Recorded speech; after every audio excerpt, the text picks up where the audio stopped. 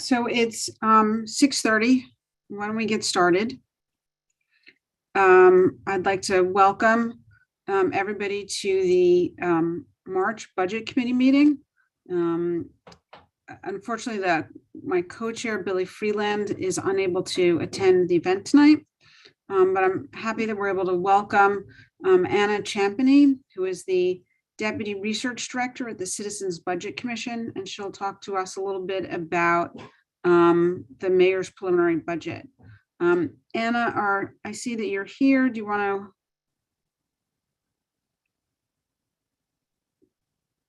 to? Okay, and then you will, if Anna can share her screen as well. We have a small group tonight, so I think it can be a relatively informal conversation. Okay, so I did prepare some slides, so if you can go ahead, you can share. Okay, great. All right. I think you should see my whole screen right now. Yep. Okay. Since it is a small group, I'm happy to take questions, or if something doesn't make sense, feel free to interrupt. I have some slides, some overview slides, and then a little bit more detail on a couple agencies that Felice said were of particular interest. But I'm sort of not going to spend too much time on that and leave the opportunity for questions and a discussion more so. I can provide these slides afterwards. So if there's a number or data point, you will get a copy of them. As Felice said, I'm Anna Champany. I'm the Deputy Research Director at the Citizens Budget Commission.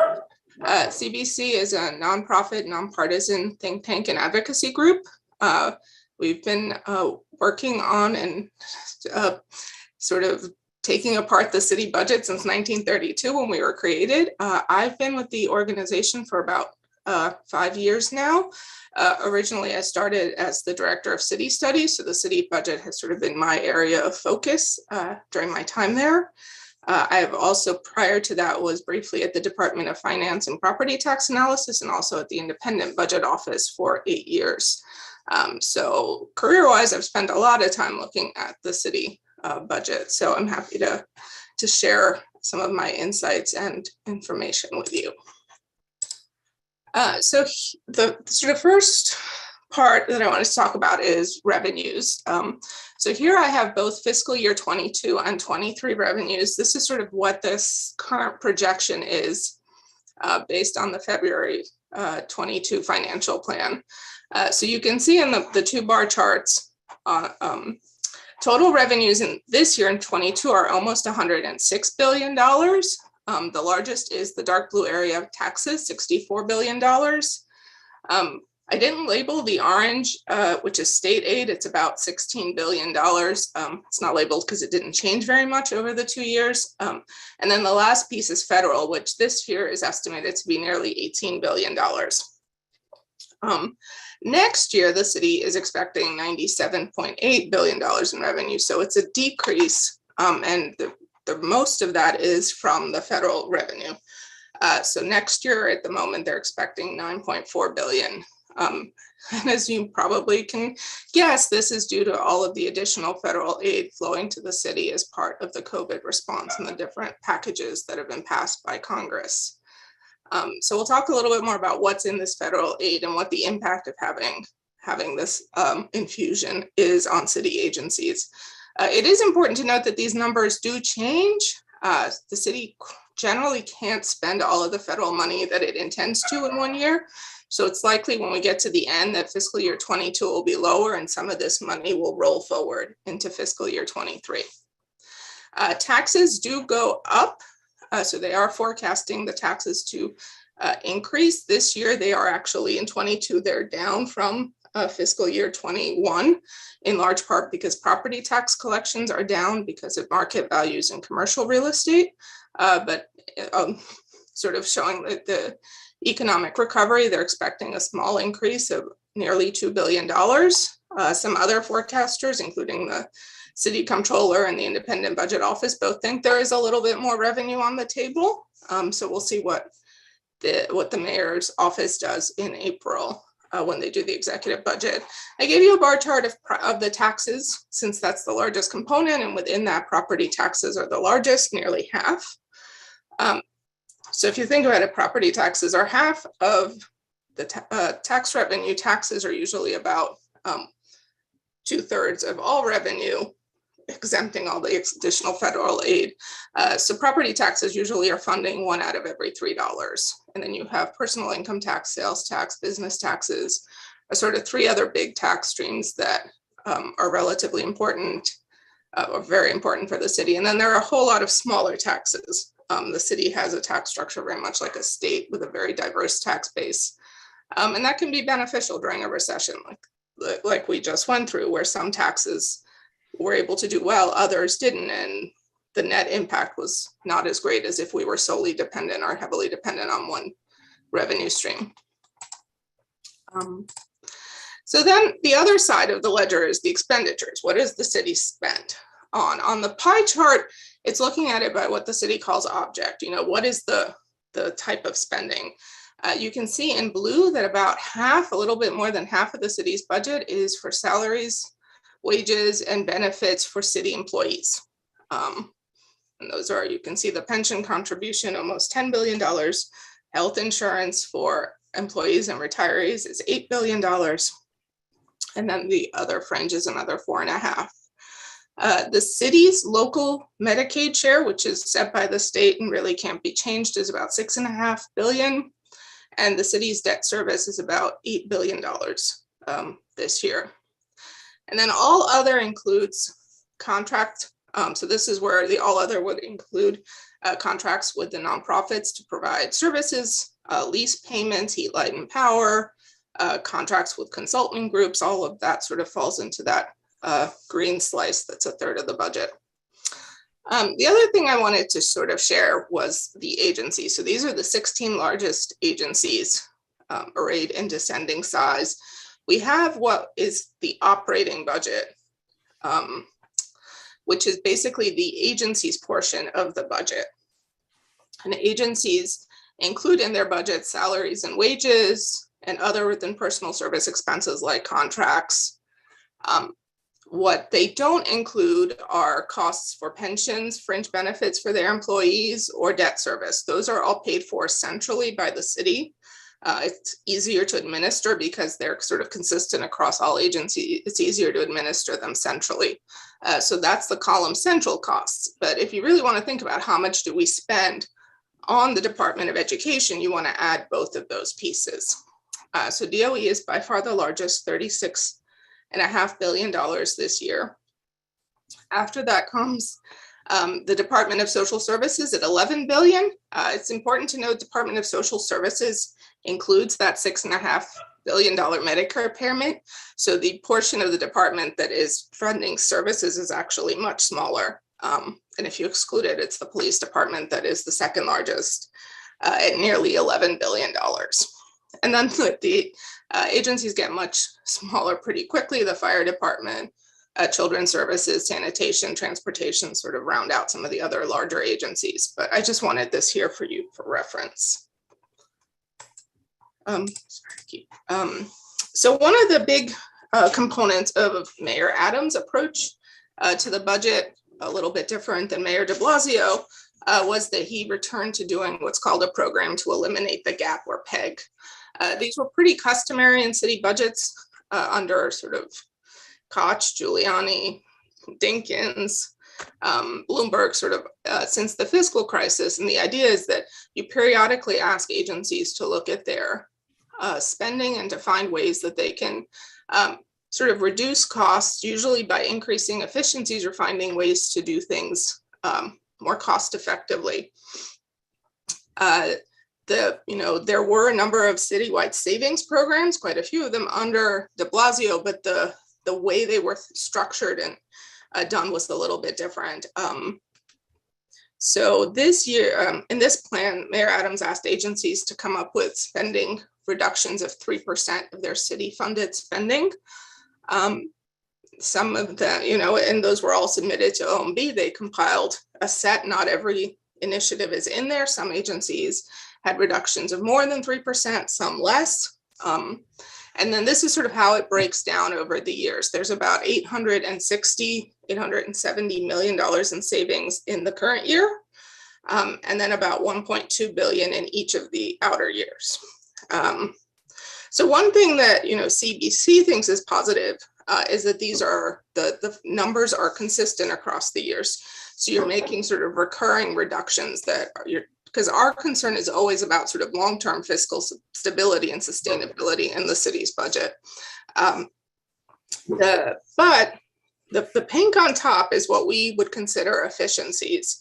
And these would be initiatives where the agencies have ideas of how they're going to do something better. So in essence, do the same service with less money, fewer resources, either by some streamlining, maybe making greater use of technology. So there was not a lot of that in the financial plan. And that's a little, we were kind of disappointed to see that. Most of the savings came from what are called reestimates. These are the dark blue. This is, I think it's actually going to cost me less, or I'm going to spend a little bit less on this, or we're just going to reduce spending on supplies. And then the other big part that has gotten a lot of attention is vacancy reductions. And that's sort of that light blue of about 300 million of recurring. So the city has asked agencies to, there are a lot of vacant positions right now, has asked agencies to take a look at that and eliminate some portion of vacant positions that they think they can do without. And the net sort of the reduction in the PEG was about 7,000 positions across the agencies. Almost every agency that participated in the PEG had some reduction in their headcount as a result of this.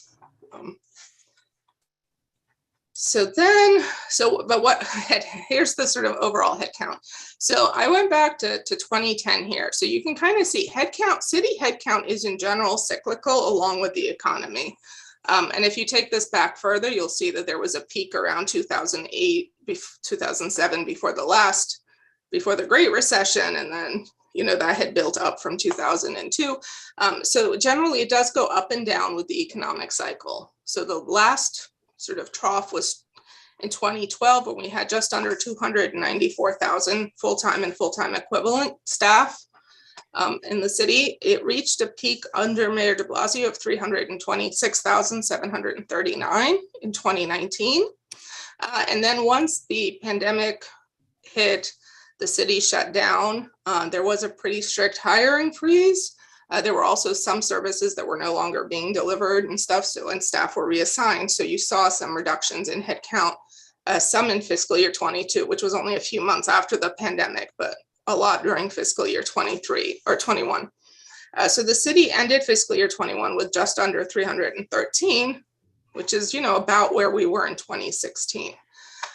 Right now, with the most recent data I have from OMB, puts it at about 304,000 full-time and full-time equivalent positions. So it has continued to decrease. And so the other thing to note is the orange up here is how much, sort of what the authorized level is, even after removing all those vacancy reductions. So you can see the city agencies are still authorized to have up to 334,433 staff or positions. There's always vacancy, so you'd never actually expect to hit the full authorized level, but that really is sort of a variance of 30,000 positions that currently are vacant and in theory can be filled by agencies. And that's even after this reduction. So I kind of want to point out the vacancy reductions can be challenging to some agencies, especially if they've had attrition that's concentrated in particular functions. It's one of the challenges with attrition is people leave and you're not filling where people have left. You don't have control over which positions are being eliminated. But there are, in fact, many vacant positions left for the city to hire. And the decrease is a little bit further next year down to 329, but that's still 25,000 vacant positions. And you can see the gray is where it was in November. So you can kind of see that it was a pretty modest decrease from November to this current plan. Part of it is some of those reductions in the PEG have at least temporarily been offset by federal aid, especially in the Department of Education. So they're using the stimulus funding to temporarily fill some of those vacant positions. So the reduction is slower. So as I said, the COVID-related federal aid, it's well over 22, I recently said 26 billion. If you go all the way back to 2020, here I'm only looking at sort of forward-looking this year and going forward. There are a couple different pots of money. Many of you probably heard that there was a lot of state and local assistance through the American through the American Rescue Plan, and the city was to receive $5.9 billion. So that's this light purple at the bottom. About 3.3 billion is planned for this year, and then it drops down to a couple $100 million in 23, 24, and a little bit more in 25. And they spent about $1 billion last year in 21, I believe. The other, and it's actually the larger pot, is the Education Stabilization Fund. So these are the different federal stimulus bills that provided additional funding for education. This money went up to the state, and then the state dispersed it to the local education agencies within the state. So New York City is getting $7 billion that they are spending. Very little in 21, mostly in 22, 23, 24, 25. So you can see that's a bigger pot. So there are some health funds from the CDC, mainly $500 million. There's some housing related funds that usually don't come in for multi-years. This is like emergency shelter grant funding and voucher funding that the DHS has been using to support the services they're providing to homeless families. Then there's some other pots of money, still some money left from the CARES Act, if we go back far enough, and some other smaller streams. And the most recent is, the last piece, the green, is the FEMA. So that's the reimbursement for FEMA eligible expenses. There was a lot of FEMA money in 2020 and 21. There continues to be some. As the emergency declaration gets extended, the city can continue to request reimbursement for certain expenses related to test and trace and vaccination, for example. So the one thing that we at CBC have paid a lot of attention to, been concerned about, as have other fiscal monitors, are the sort of the pink and the light blue, because as you can see, that is almost more than $6.5 billion in fiscal year 22. Then it drops to just under $2 billion. We're concerned about enough transparency about these funds, that we know what they're being spent on, that community boards and other residents in the city know what the funds are being spent on, that they're in fact being used in the most effective way possible. It's a significant amount of money, and we don't want to see it put towards uses that may be less beneficial for the city's recovery. And the other thing is, some of the de Blasio administration plan for these funds included funding some recurring programs, things like 3K, the expansion of 3K with the education funds, some homeless service and mental health funding, some funding for the nonprofits. That money essentially runs out in 2025. So being that we're somewhat forward thinking about the budget, we're like, well, what happens and what does the city do in fiscal year 26 when the funds run out? And you have, well over $1 billion of annual funding or annual spending that you now need to figure out how to continue or potentially end the programs. But even this, as you could see, the schools are going to see a reduction in school budgets and in the DOE budget next year, in part not because city funding is going down, but because the extraordinary federal aid, which is supposed to be temporary, is going to start going down. And I think it's important that agencies in the city think about how to, wind down the use, how to put this towards effective non-recurring programs that really help students, but don't create, situations where we're going to have, a lot of challenges maintaining services.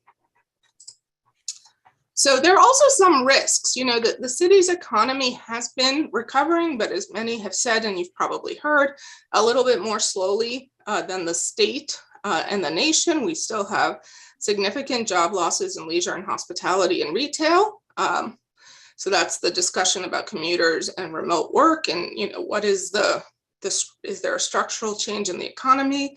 How does that affect central business districts, commercial real estate, and similarly for tourism? Are there future variants or surges? I think before Omicron, everyone thought, we were on the upswing after Delta. We turned out we were wrong. So, don't count our chickens before they're hatched. There are, the city has labor contracts with all of the municipal workers. They're starting to expire, and there's not much money set aside in the budget really for any increases. So as these get negotiated, there's going to be an additional fiscal impact for the city that needs to be funded in some way. And lastly, are these fiscal cliffs that I've been talking about, when the funds run out. I did have, a deeper dive on all of the agencies. I realize I've been talking for a while, so I don't want to keep on going, but as I said, I will share them. What I did was I simply sort of went through where the budget was in November and what changes were done. So you can kind of see where pieces moved, because sometimes you may cut city funds, but then put in federal funds. So it's not a net reduction. Within the police department, I think there's important, they are using COVID federal aid to sort of supplement, to take over city funding. They have high overtime costs that they're not controlling well, and their PEG savings weren't very big. I know you had specific interests in homeless services. This is a situation where there's a lot of additional federal money in fiscal year 22, and there's a pretty big decrease in the budget going into February, into next year. And while there were some additions this plan, the IBO still estimates that the city's going to need more money for homeless services based on shelter trends. So this is sort of an area of concern. And lastly, within sanitation, there were here some significant reductions. I know there's a lot of interest in the organics program. The expansion's been canceled. They took out some other reductions. They also have some expanded some increased programs such as street basket collection that were only funded in fiscal year 22. They're part of this city fiscal cliff, programs funded in 22 that don't have funding for fiscal year 23 yet. And so that's something that I think will be an issue, in whether or not those are funded at the same level as this year to maintain the services. And I know cleanliness has been a big issue in the city. So we can go back to those if there's specific questions. Thank you, Anna. That was very helpful and very interesting. Let me see if Michelle Birnbaum has a question. And I didn't preface the meeting, so I just want to, for anybody who it's your first time here, look for the reactions icon at the bottom of your screen and find the raise hand button there, and we'll call on you as we go through the list. Michelle. Okay, thank you, and thank you, Anna. That was a very informative presentation. I appreciate it. One agency, and I'm sure it's one of many, many, that was not included in that chart, but is of concern to some of us because the mayor is specifically cutting a significant part of that agency, and that is the Landmarks Preservation Commission.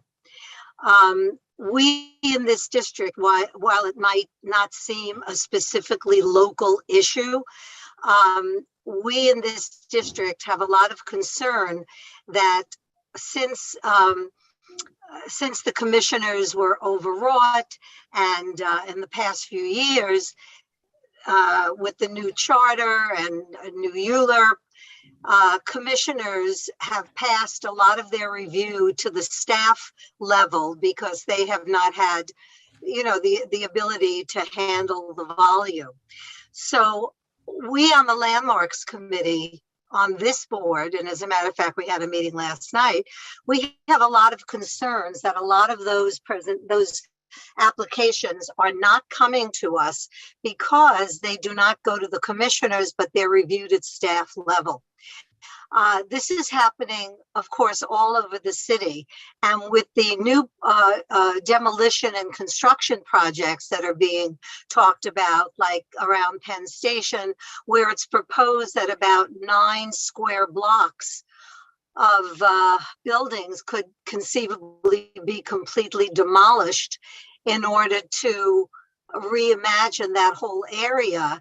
And included in those buildings are potentially about 20 buildings that could be considered landmarks. And the hope of many preservation groups was that those buildings at least go to the Landmarks Commission for review before any demolition takes place. Now, the fact that the funds were substantially decreased, and while originally, because of lack of funding, the applications were moved to the staff level to begin with over the past few years. What is going to happen now with all this? I mean, it seems that our landmarks and our preservation program is gravely in danger. And I know that this was a snapshot tonight. Do you have any information or insight as to the percentage of cutting that budget? How open is it to being revised? What we can do? What's your insight or your take on it, assuming you have possibly have additional information?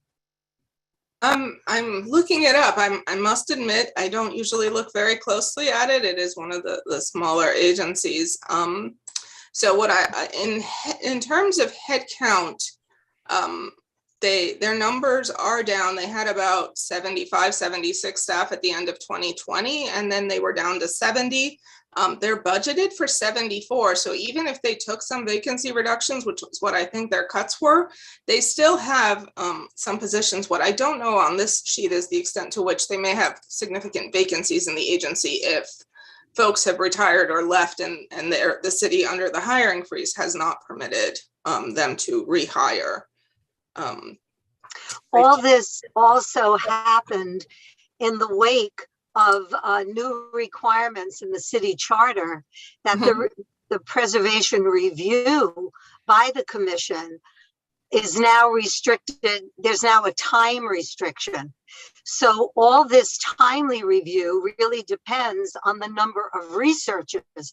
The commissioners are unpaid. They're appointed and they're not paid. So that's not where the bulk of the money is going. It's going to the researchers. And it's only what delays the whole effort is the amount of research, how the paperwork is handled down there. So the amount of research is whether or not there's vacancies, et cetera, is very significant. Can you suggest anything to us for how we can proceed? Because this affects, I know it's a citywide thing, we're talking about citywide things, but like other agencies, it impacts our community very, very significantly. We have, I think, one of the most amount of historic districts in the city. We have a lot of individual landmarks, so it impacts us in a very real way. And also we have a very active landmark committee on the community board, and we do have members of the public. We have many preservation organizations up here. So it's an active part of what we do. And so I'm wondering if you have any thoughts or consideration about how we can go forward and help restore that budget, or what that budget actually means in terms of a percentage cut. We already plan to reach out to the mayor and whoever, but what's a really, other than it being another letter that'll be tossed into a pile somewhere, is there anything more substantial you could offer us? So, I think one part of it is vacancies. So I looked quickly, they had 68 filled positions out of 74. So for a small agency, having 6 vacancies, which is almost, just under a tenth of their headcount, is probably impacting their workflow, assuming that they're usually more fully staffed. I do remember when I first looked at the PEG that they came up as having a significantly, as a share of city funding, that their cut was higher than most other agencies. Sometimes that is because if you take two positions and that's the primary, funding, the primary expense for the agency, that will be, it proportionally just ends up being a higher number. I think, the restorations often come up during budget negotiations with the council. So I think in addition to reaching out to the mayor, I don't know offhand right now who the chair of the subcommittee on landmarks and siting is, but I think that would be another good resource and ally. I'm sure that you and the other advocates and folks in this sphere, there's going to be a budget hearing, so there's an opportunity to testify and urge the council. They do a preliminary response to the mayor's budget where they outline requests. So, it might be to ask them to put restoring some of these cuts. In terms of the city's budget, restoring the cuts is not a really big ask relative to all of the other cuts and all of the other funding. Landmarks is a relatively small piece. So it's not it's an important agency. I'm not saying anything like that. I'm just saying in terms of the lift for the city to fund it, it's not immeasurable. It's not like you're asking them to restore, $250 million to the DOE, which is a lot harder lift.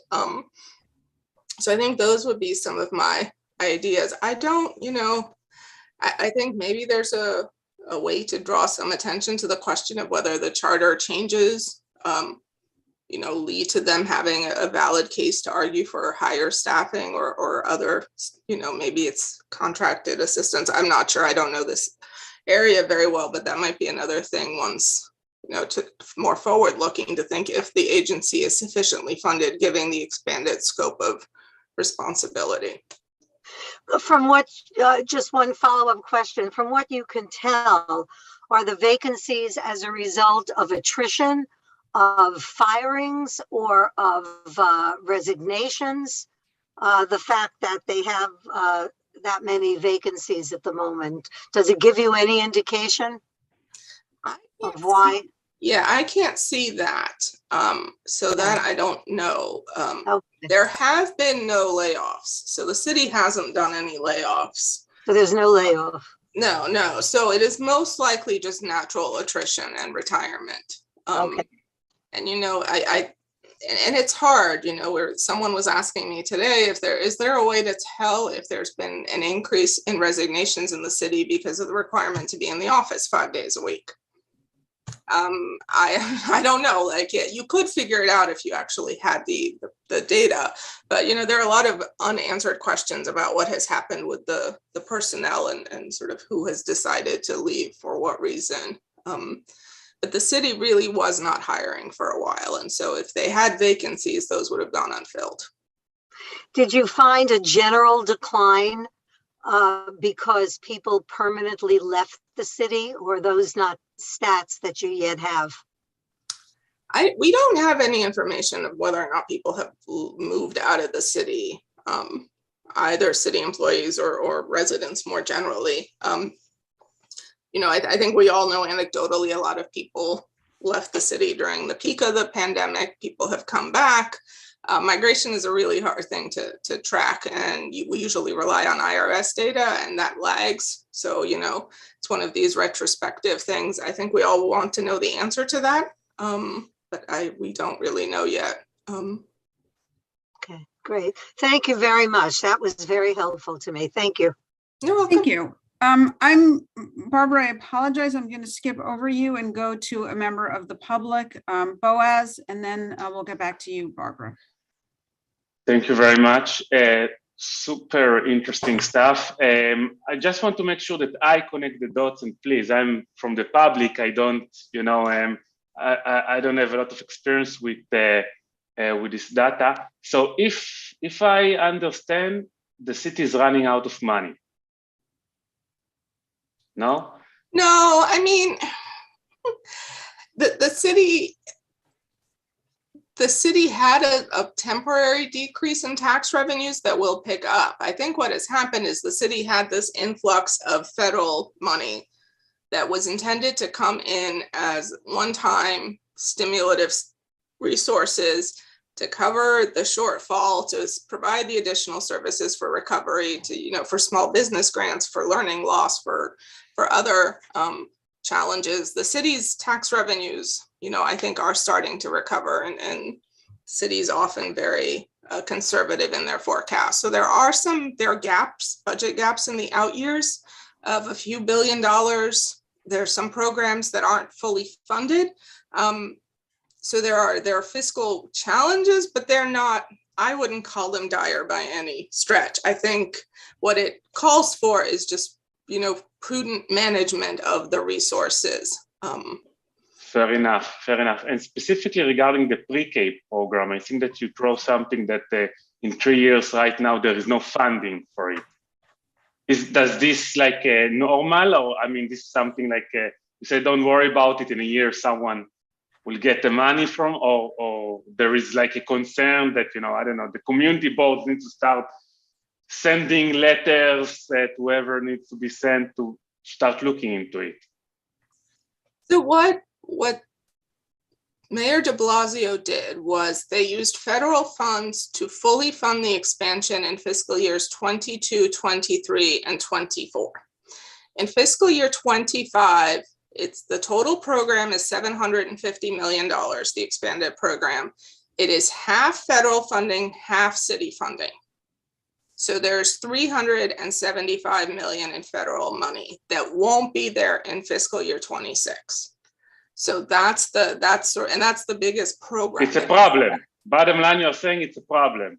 Now, my message, and again, I still don't understand the full responsibility of the community board, but the way that I look at things is that, you know, areas where the city already lost budget, like, you know, already decision that they already took, it's a problematic. But for example, in the pre-K, where there is money, it's amazing program, it's a needed program, and we have like 3 years of funding. Now it's the time for the community board to start putting, someone need to put it in a sticky note and say, okay, we need to fight for it. So to make sure that in 3 years, this program is going to continue, because now it's the time to do that. And that's it for my end. I think one other thing, I know that there were a number of questions about capital. I didn't have any information on the capital budget. And in fact, there were very few sort of limited changes on the capital side. I think part of it is, this is Mayor Adams' first budget. It came out 6 weeks after he took office. I think they addressed some stuff. I think they left things for the executive budget. I think this federal cliff in fiscal year 26 for 3K is one of the things that they left. And I think the capital is the other.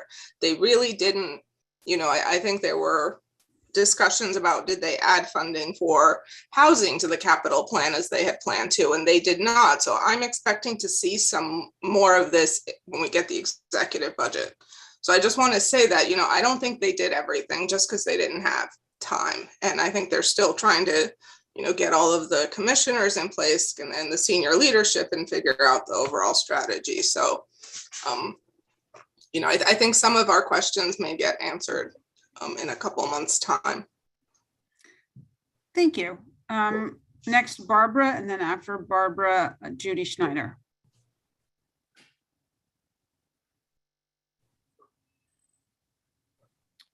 Sorry, I Barbara? misheard you on that. I unmuted Judy. Go ahead, Barbara. You can unmute. Barbara Rutter. Or we can go to Judy since Barbara may be distracted. Okay, Judy. Yes, I'm sorry, Anna. I wasn't here for the very beginning of your report, which was I found extremely interesting. But are you saying that this report on the funds that you gave does not cover capital issues? This is for employees and. So yes, I took a look at the city's operating budget. The city's capital plan, which includes all of the sort of infrastructure and you know, capital purchases, it's not just buildings, because it includes buying things like ambulances and garbage trucks are also in the capital plan. The capital plan is a separate document with separate spending. The way it is reflected in the operating budget is through the debt service payment. Because all of the city's capital plan is largely debt financed with long-term bonds. So you issue the bonds and then you have to pay the annual debt service, and that's sort of the connection between the two. But the list of sort of what programs, what agencies, how much will be committed on the capital program in which years is a separate document. And we haven't done very much on it. As I said, there were, they moved some money and some projects were delayed and they moved some stuff, but they didn't make really substantive changes yet, as far as we could tell. And approximately, do you have any idea when does that budget come out? So it gets released with the operating budget. So there was a document released in February. The next charter date is April 26th. So that's when you will get an executive operating budget and executive capital commitment plan. And that's the last piece before going into the budget negotiations. The council will then do another round of hearings too. So. Okay, that's very helpful. Thank you. You're welcome. And now Barbara Rutter. I'm unmuted, right? Yes. Yeah. Good. I kept clicking, kept going off.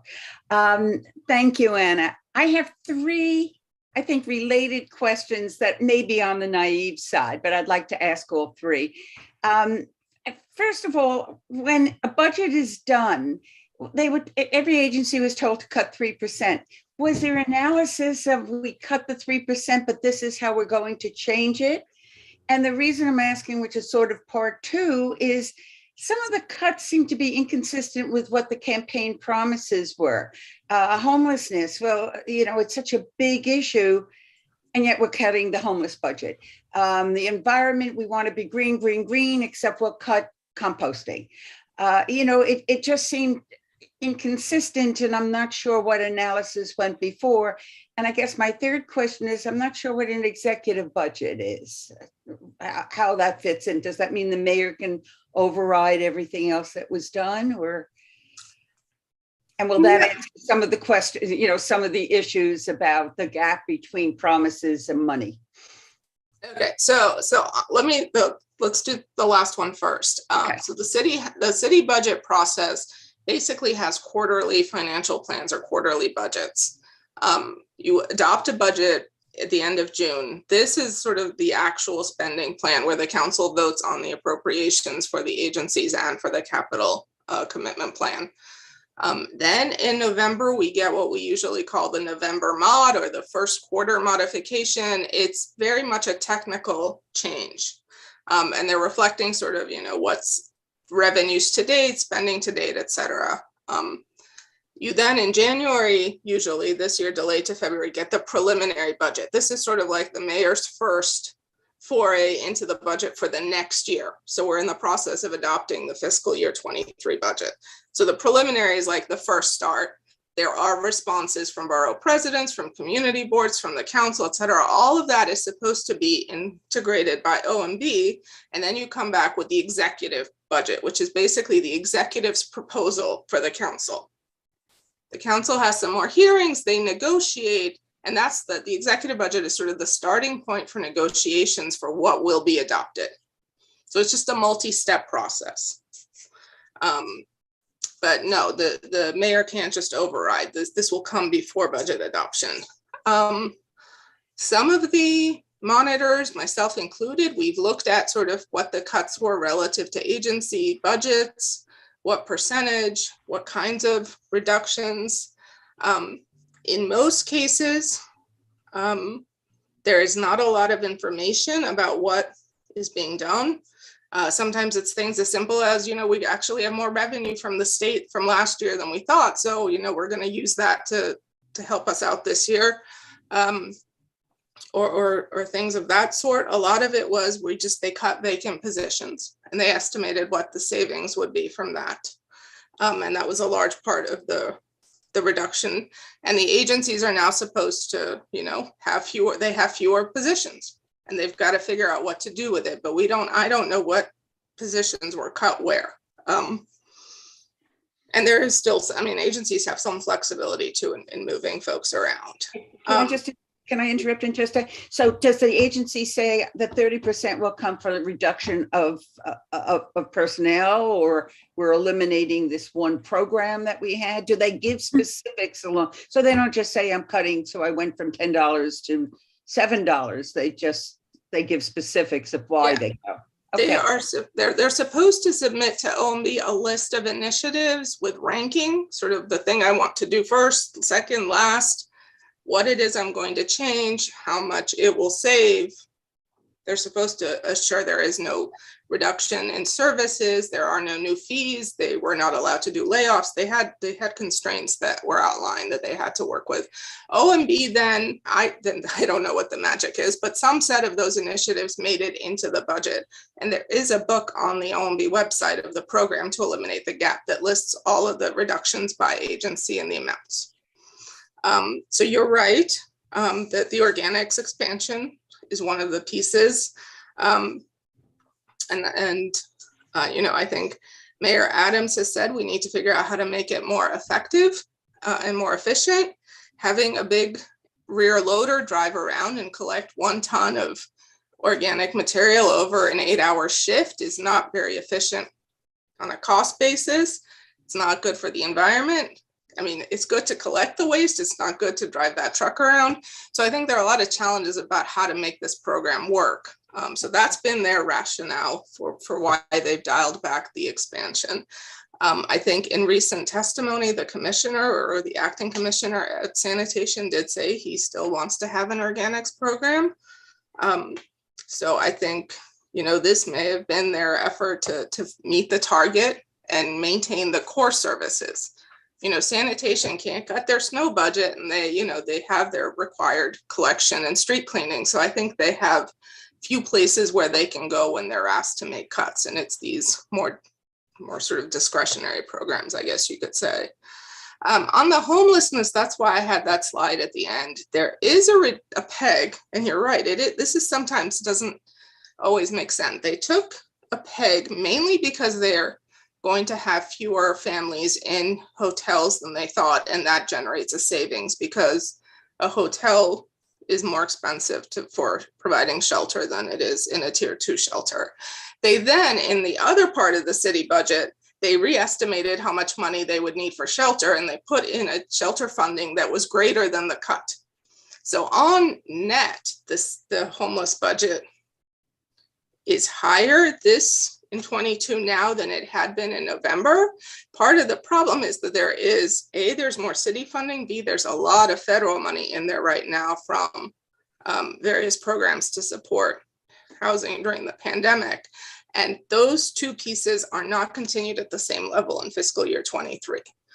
So I think this is a place where the agency probably will not have enough as it's currently budgeted in order to provide the services.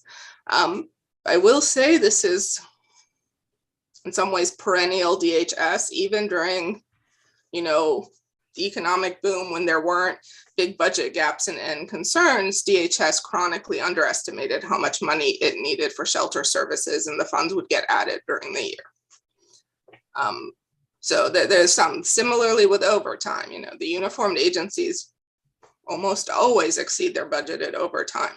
And it's just sort of something that is frustrating, but is a part of the budget process in the city, I guess. So I think it'll be interesting to see how the negotiation shakes out, what restorations get made, what choices. It's a new council, it's a new mayor, it's a whole new dynamic. So in terms of the public safety, there were cuts, there was the defunding, refunding, whatever those words ever meant.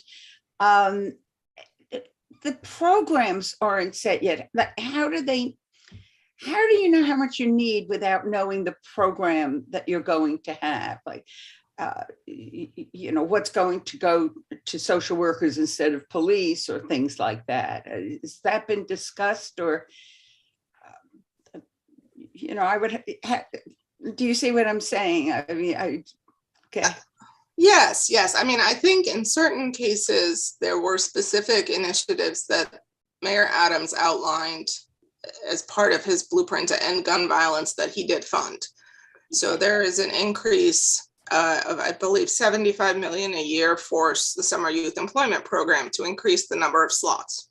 So they know about what it costs and what the estimate is. They added, I want to say something around 13 million to Fair Futures, which is a program to help youth transition out of foster care. And so, so you have some of those specific programs. Under Mayor de Blasio, there were specific initiatives with the violence interrupters and cure violence. So those programs were funded directly. They're not in the NYPD budget. They're in other sort of agencies, often managed by the Mayor's Office of Criminal Justice Services. So those things tend to go in as line items. Within the PD, you know, it's a little bit more opaque. You know, they have a uniformed headcount.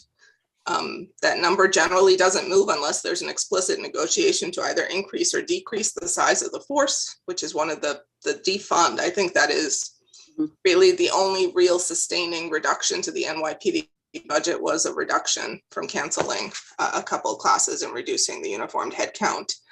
Most of the other stuff did not materialize, like the overtime savings. Didn't I thought it did. Okay. Yeah, no, they had, I think, some of the highest overtime spending last year for a lot of reasons. So, thank you. Sure. I just wanted to ask you a question. You mentioned something earlier on in your presentation about sanitation and a reduction in street basket collection. Can you just explain that a little bit more?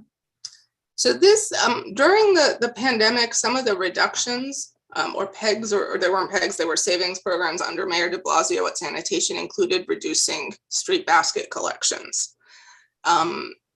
The council pushed to have those restored. They did put money back in, but they only put it in for fiscal year 22. So I think what Commissioner Grayson was testifying at the council on a not a budget hearing, on a different hearing recently, was that he has less money for street basket collection for fiscal year 23 than he did this year. And so my guess is that will be a factor or something that will be up for negotiation. Okay. Thank you. I think I see we have a question from one more member of the public, Jerome Sustra. Yes, hi, hello. Thanks for the presentation. I did miss the first couple of minutes. I was wondering if you could explain the federal money, the $5 billion, did that cover a shortfall from the tax revenue for the property? How did the city spend that money? It's like the $9 billion that 1 year. Do we know how that was distributed? Yes, and we're getting more and more information about it. We have some sense. I don't have the most up-to-date numbers yet. There was a significant chunk that went to what we would call fiscal relief. You know, they use it. There's certain things that they're allowed to use it under federal law, including to provide essential services. So what they have done in some cases is used it to pay for salaries at the Department of Sanitation, Correction, Fire Department, because those are essential services. And it's so that, but it wasn't new programs or anything. It was just filling and then, you know, taking the city money out and putting the federal money in, and then you have more city funds to do other stuff with. There had a whole list of programs, and we did a report last May of what they were going to fund by year. I think some of that will change. Some of it didn't materialize. But both the city comptroller released a funding tracker on the federal aid, those specifically the 5.9 and the 7 billion, I think just last week. That's pretty detailed. So there you can go through their website and find out information on what it has been spent on to date at a pretty disaggregated level. So we'll probably do some analysis on that at some point. The Independent Budget Office also has a tracker. It's not as disaggregated, but it combines both the actual spending plus what is planned to be spent, whereas the comptroller is sort of has the actual spending to date only. So those both came out very recently. We actually wrote a report in early January saying you've got to track this money because otherwise you run the risk of using it very inefficiently and squandering the resources. We'd like to see more performance management too. We'd like to know not only how much are you spending at the DOE, but what are you getting and is it really improving educational outcomes? Okay, thanks. Yeah, it's so dramatic in the graphic from the one year to the next. So I'm just curious, Yeah, and it will even out. I mean, that's sort of, they're not going to spend the whole 10 this year. They thought they would spend more last year than they did. So then they move it, they'll move some more of it. But yes, it's going to be sort of a big uptick for a couple of years. You can see similar things if you look back post Sandy. The city got an infusion of federal aid following the storm, and you see that bump up for a couple of years. Thank you. You're welcome. Thank you so much, Anna. I really appreciate you coming tonight and talking to us about the city's budget. And so I think now we'll move on to the district needs statement, but I just wanted to thank you very much for the time, your presentation, and for answering all our questions. Certainly. So I will share the PowerPoint with you so you can share it or post it on the website, and it does have my email. So if you have other questions or things that come up, you can always just send me an email. I'm happy to help folks understand the voluminous budget documents the city releases. Thank you very much. Okay, thank you. So now we'll talk about the district needs statement. Will, can you put up the city's response to the district needs statement? Yes. Give me 1 second. Make it look nice.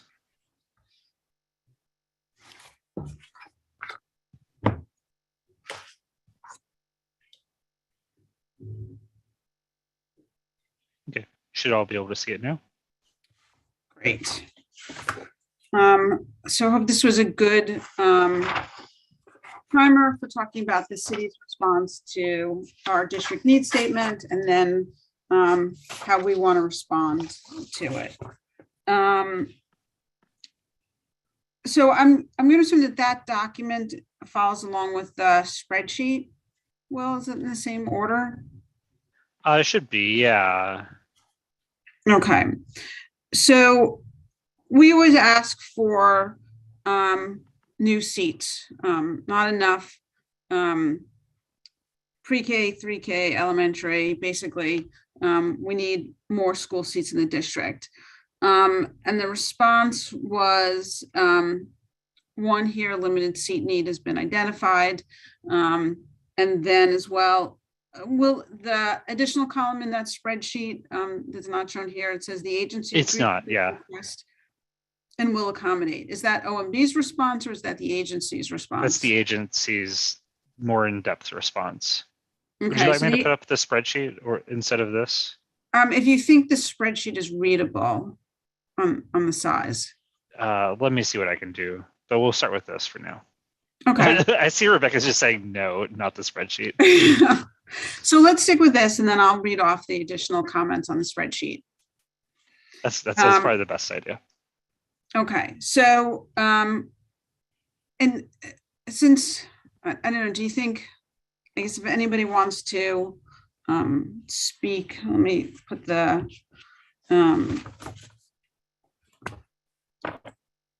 Rebecca has her hand up. Okay. If you want me to just call out people.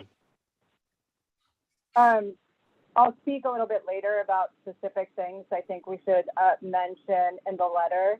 I just feel like it feels strange, without Barbara's usual reminder that we kind of use this letter to respond to the fact that most of the time they either tell us that funding is impossible or they support us but funding isn't available.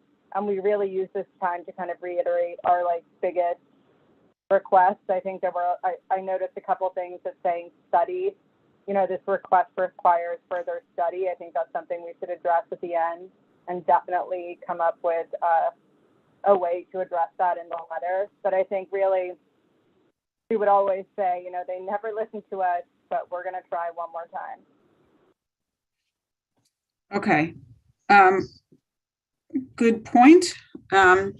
Sad that Barbara Chalky is not here, and we will reiterate the need for additional school seats in this neighborhood. You have Judy and then Michelle Birnbaum. Okay. No, I figured out how to get it bigger so I could read it. And You can also ask Barry to forward it to you. He has a copy. No, I mean, I was looking at the wrong view. Sorry, move on. Michelle. Yeah, so I think that this has to remain number one. I think the schools issue is the major concern in this area. I, for one, and I know many others disagree with me, I, for one, and do not put the urgency of 3K and pre-K in the same category as elementary, middle, and high school seats. If you saw the machinations of children in our district trying to get into schools in our district, and the concerns of families who have more than one, two, or maybe even three children, with these children ending up not in different schools, as that one might be in elementary, one might be in middle, one might be in high school, but in different districts, in different areas. And we have our children in middle school, they can go, in high school, they can go as far as any location in the 5 boroughs, which is really a little much. So I think we need to push for this. I would like to see it reworded for elementary, middle, and high schools, Michelle. along with 3K and pre-K if possible. Michelle. But I don't know if that, yes, Will. This is not that time of year where we reorder and So what are those we up. doing? This is where we respond to their response. Okay, well, that's my response to their response. They're saying limited seat need has not been identified. And that's sort of unbelievable, since the classrooms have 32, upwards of 32 children in a class. And since you have high school students traveling to other boroughs to go to school from our district. So what my comments, I realize they could have been placed in either of our responses, but the point is, it's a perfectly appropriate rebuttal to this. The fact that they haven't identified that we needed seats in this area is pretty amazing to me. Well, and I think as well, given that the number of units of new housing that have gone up and are going up in this neighborhood, certainly are taxing the school capacity. It's an infrastructure element that's not keeping pace. Absolutely. Will, for some reason, I'm not able to highlight the participants list, so please let me know if somebody wants to speak. Yeah, we have several folks, and if I wasn't clear, in September and October is when we put together our district needs statement and budget priorities every year. In this time of year is when we get our responses from the agencies, and then we get to write a letter back to OMB saying, you know, we disagree with their responses. And so, for example, on here, they said in terms of public housing, since we wanted to support need for improvements at the night shift facilities in our district, they said district request has already been funded. Isaac's Community Center upgrade pre-construction activities are currently going on. So I think we need to know what exactly is taking place and what those pre-construction activities are, and whether it actually meets the needs that we requested here. And I think as well, when we talked about need for resiliency in the district, city responded that they have a water main project is in preliminary design, which is great because that's always needed. I'm sure when it happens, we'll all complain about the streets being dug up. But it doesn't really address kind of the larger resiliency issues in the area. You have Judy and then Barbara Rudder and Boaz. So Okay. Judy. Yeah, I have to say, I'm sorry, but I don't agree with Michelle. I live in a 300-unit building. My floor alone has 16 apartments. There are 3 older apartment owners, myself being one of them, on the floor. The rest are all new. Every single one of them has young children. They're all asking me about pre-K and 3K, and this is a huge issue in our district, particularly at that age. Michelle mentioned the children traveling. When you're in high school or middle school, traveling, yes, may be a problem, but at 3K, pre-K, when you don't have enough seats near where you live, traveling down to Battery Park, that's just not a solution to the problem. So I personally do not think that we can write that out of our priorities. I think it's very important. Thank you.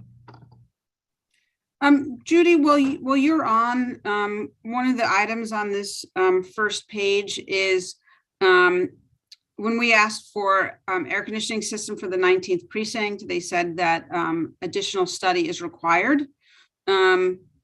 So I know we prioritized this as something that was really important in our requests. Can you provide a little bit more information that you found out that we can respond to why there actually is a lot of information why we need to Well, fund yes, they haven't studied the precinct. They put in a, if you've been there, there's scaffolding in front of the precinct. They had a temporary AC unit that was put in to cool the precinct last summer. They brought it in August. It died before the summer was over. They've removed it. They've left the scaffolding, but they have not put in another temporary unit. They have not studied the precinct for any permanent kind of air conditioning. I think it's just terrible if anyone's been in the precinct that they have to work in that kind of facility without air conditioning. Plus the fact I was there yesterday for a meeting and found out this morning that the roof is leaking onto the 4th floor of the building. The activities they hold there, they get water when it rains. Also, the garage door into the building doesn't work and the keypad does not work. So they have to post an officer there because it's a high risk factor. So, I mean, yeah, they need to look at our precinct. They need to look at the Capitol, what needs to go on there. And they need to put that in the budget. I don't know about anyone else, but I think our officers are important to us, just like our schools are important to us, that the buildings be fixed. We're very fortunate that most of our school buildings have been fixed in the last 10 years and have had repairs. I think it's time they fix the precinct. Thank you, Judy. So we have Barbara next, then Boaz, and there's a whole list of people. And would you like me to flip to the next set, and so people can talk about all of them if we scroll through? Sure, that'd be great. Yeah. Okay. So should I talk or not? Yeah. Okay, I do want to talk about the first one. We had long discussion that was a rediscussion. We all agreed, except for one person, that pre-K, 3K was a major issue in this discussion. These are young children with all sorts of proofs. I think what I wish we can get, I don't know if we can, the demographics of how many young pre-Ks are in our district to show the need. The other thing that's interesting, I don't know of any new private schools. So even if you say, I want to go to a private school, they seem to be very, very limited and the prices are going up. I heard that, to an astronomical amount of money, that it's just not practical for most people. This is really important. And from what I hear, my building too is filled with young people. It's all these young children and how important it actually is with it. I think that in each of these cases, if we could give something specific, I think what Judy said about the precinct, that I think that should be enough to say that there's no air conditioning, but if we can get more specifics on each one, that may be very difficult to do. That may be the answer to them. I have to assume we're going to argue about every single one of these that they have rejected. So that's what we have. And I think that our discussion about education until next year when we do more should not continue with junior high and high school. We all agreed it should be pre-K and 3K. And that's what we're talking about at this point. Boaz, go ahead. Okay, so again, I don't have a lot of context. Will, I saw the link that you sent and I'll definitely read it. So I'll get more context about what's the role of the community board in the budget.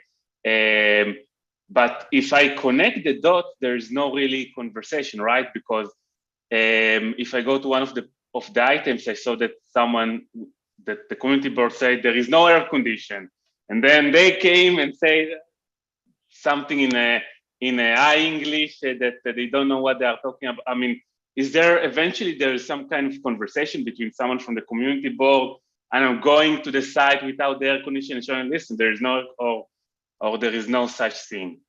That's one question that I have, that basically I'm asking the community board. The second thing is going back, I don't know how many pages you have over here, but from what I've read so far, all the items here make sense. But item number 1, this is crazy. The education specific today is like International Women's Day. There are so many women stuck at home because they don't have childcare solutions. There are, sending pre-K kids to Battery Park is not a solution. But the question is, where is the data, right? I mean, I think that I don't know if someone is doing the survey and showing the data. How many kids do we have in Upper East Side? How many kids? How many seats? What's the prediction about teachers?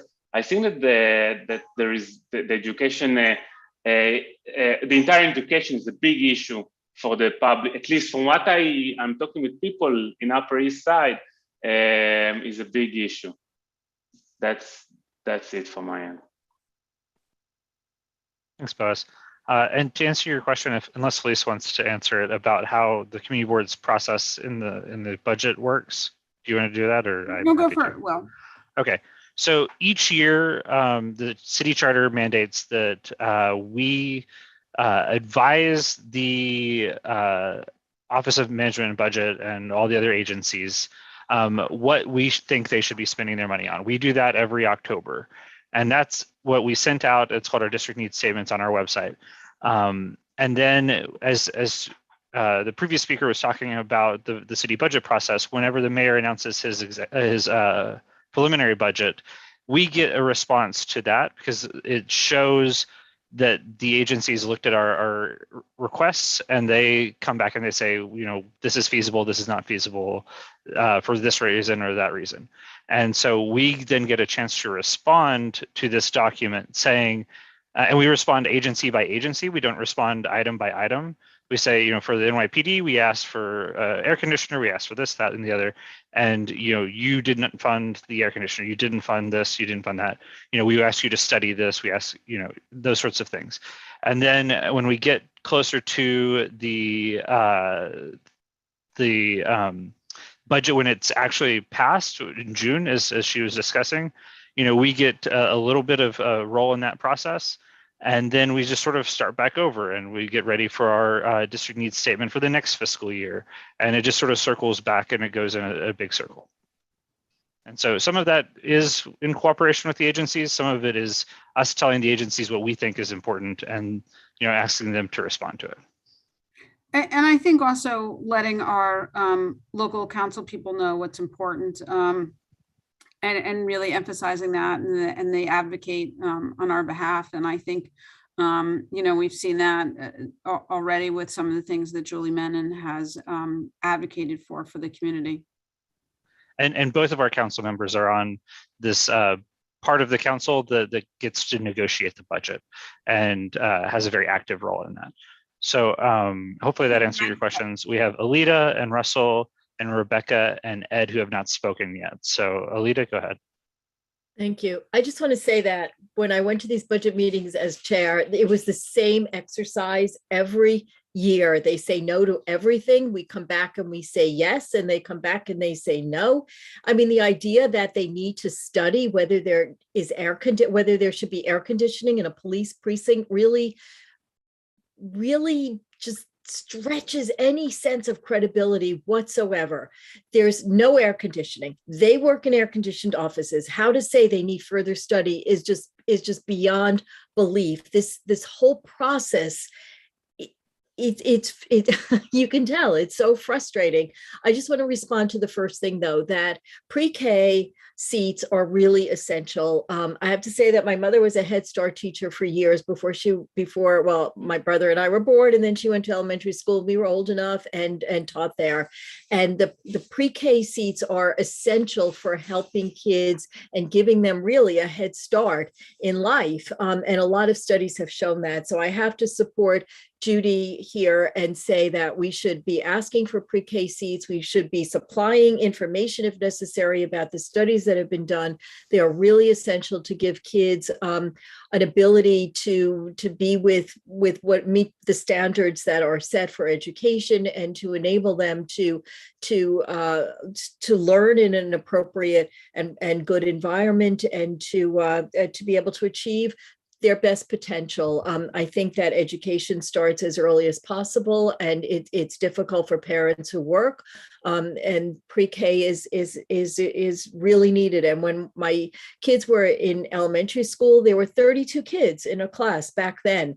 The apartments being built are new family-sized apartments, 3 bedrooms, 4 bedrooms and up, indicating that kids are coming in, and there just is not enough education, public or private. I remember Councilmember Kalos came to a borough board meeting, and he said he had one ask for the mayor, and he asked for more school seats or school buses, and the mayor said, well, they could just take cabs, or they could just go to private school, or something indicating what the mayor thought of this neighborhood. I think Mayor Adams, with his interest in the police, should be much more responsive to getting better conditions for our police precinct. But that's all I have to say about that, except that not to be prepared for anything other than what this looks like, which is basically a no to everything, and then having to respond. So I'll leave it with that. Thank you. And I put this document in the chat. So if you want to go through it and maybe collect your thoughts for the future pages that aren't up on the screen, we can do that. And so we have Russell, and then Rebecca, and then Ed. Thank you. So a few things. So on the education piece, I just want to add, and this is something that, as chair, I see what all the different committees are doing. So this is an issue that came up in the Youth Education and Libraries Committee, and they had a meeting talking about what the sort of priorities should be. And what came out of that meeting was that the need for seats is really most acute at the lower levels, at the 3K level, and those younger years. So I just wanted to make sure that everybody is aware of that, because it was discussed in that other committee, and that was sort of what came out of that in terms of what the express needs were. And we actually sent a letter to, I think it was the Department of Education, and maybe also the mayor, to that effect.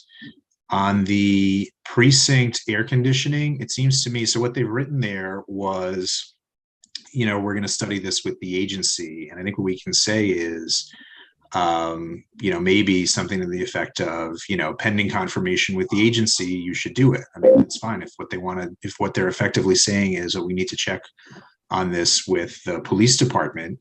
I think the answer is go ahead and check with them, and hopefully I would imagine they'll say they need it, in which case we expect you to fund it. So I think maybe there's some way to sort of, not necessarily take their response as a no, but take it as, sort of turn it back around on them and saying, look, you're saying you're going to look at it, and once they tell you that they need it, you should actually do it. And then the last thing is just on this page, priority number 12, the garbage cans, the rat-proof garbage cans. I think they're just wrong here. I mean, it looks to me like maybe they just read the request line and didn't read the explanation, because we've made a specific request for these rat-proof containers. And, that very clearly is a budget request. So I think they're just wrong there. And there in particular, I mean, I think we can just sort of flag that they appear not to have fully read it. And we are making a budget request. That's all. Thanks, Russell. Rebecca? I have a couple of brief comments and then a suggestion. Since the last letter we sent in 2020, I actually wrote, so I was quite involved in this process, and I based it off of previous letters. And I just want, in terms of the pre-K, 3K seats, in our last letter, and quite a few letters before that, they came with the same response, which was, there needs to be a study. We have repeatedly for years called on them to conduct that study promptly. It's not happened. So we've always kind of responded to that. They've given us the same response for years, and we've requested the study be done, and it still hasn't been done. So maybe this year we can be a little bit more explicit. I don't know how, but try to be in our kind of comment on that request. And then in terms of the police department, I think we should, for the letter, kind of maybe regroup also with Judy, because she knows a lot about this, and make sure we explicitly state the history and why we think it's urgent. And this is just like an idea in terms of kind of structuring the meeting. Should we maybe like try and just go through everything? And then maybe after the people who have their hands up, just after everyone speaks, kind of go through all of their responses, and everyone kind of note what they want to make sure we respond to in the letter. I don't know if that, because there's so many, and I would also encourage people to read kind of the letter that we sent most recently to see kind of how we structure it. Yeah. Thanks, Rebecca. So why don't we go through the list, and then we can have folks chime in. You want me to go back to one? Okay, so I think we talked about the first item in terms of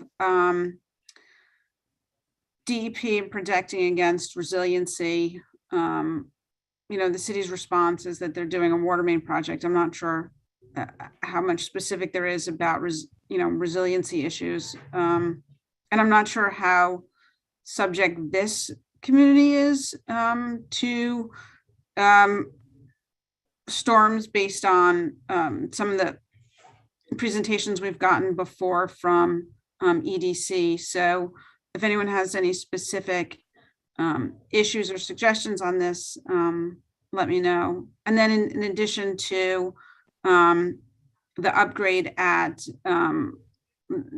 Holmes and Isaacs Towers, if anyone has any specific information about what is underway, that would be helpful as well, so that we could talk about what's been happened or not happened.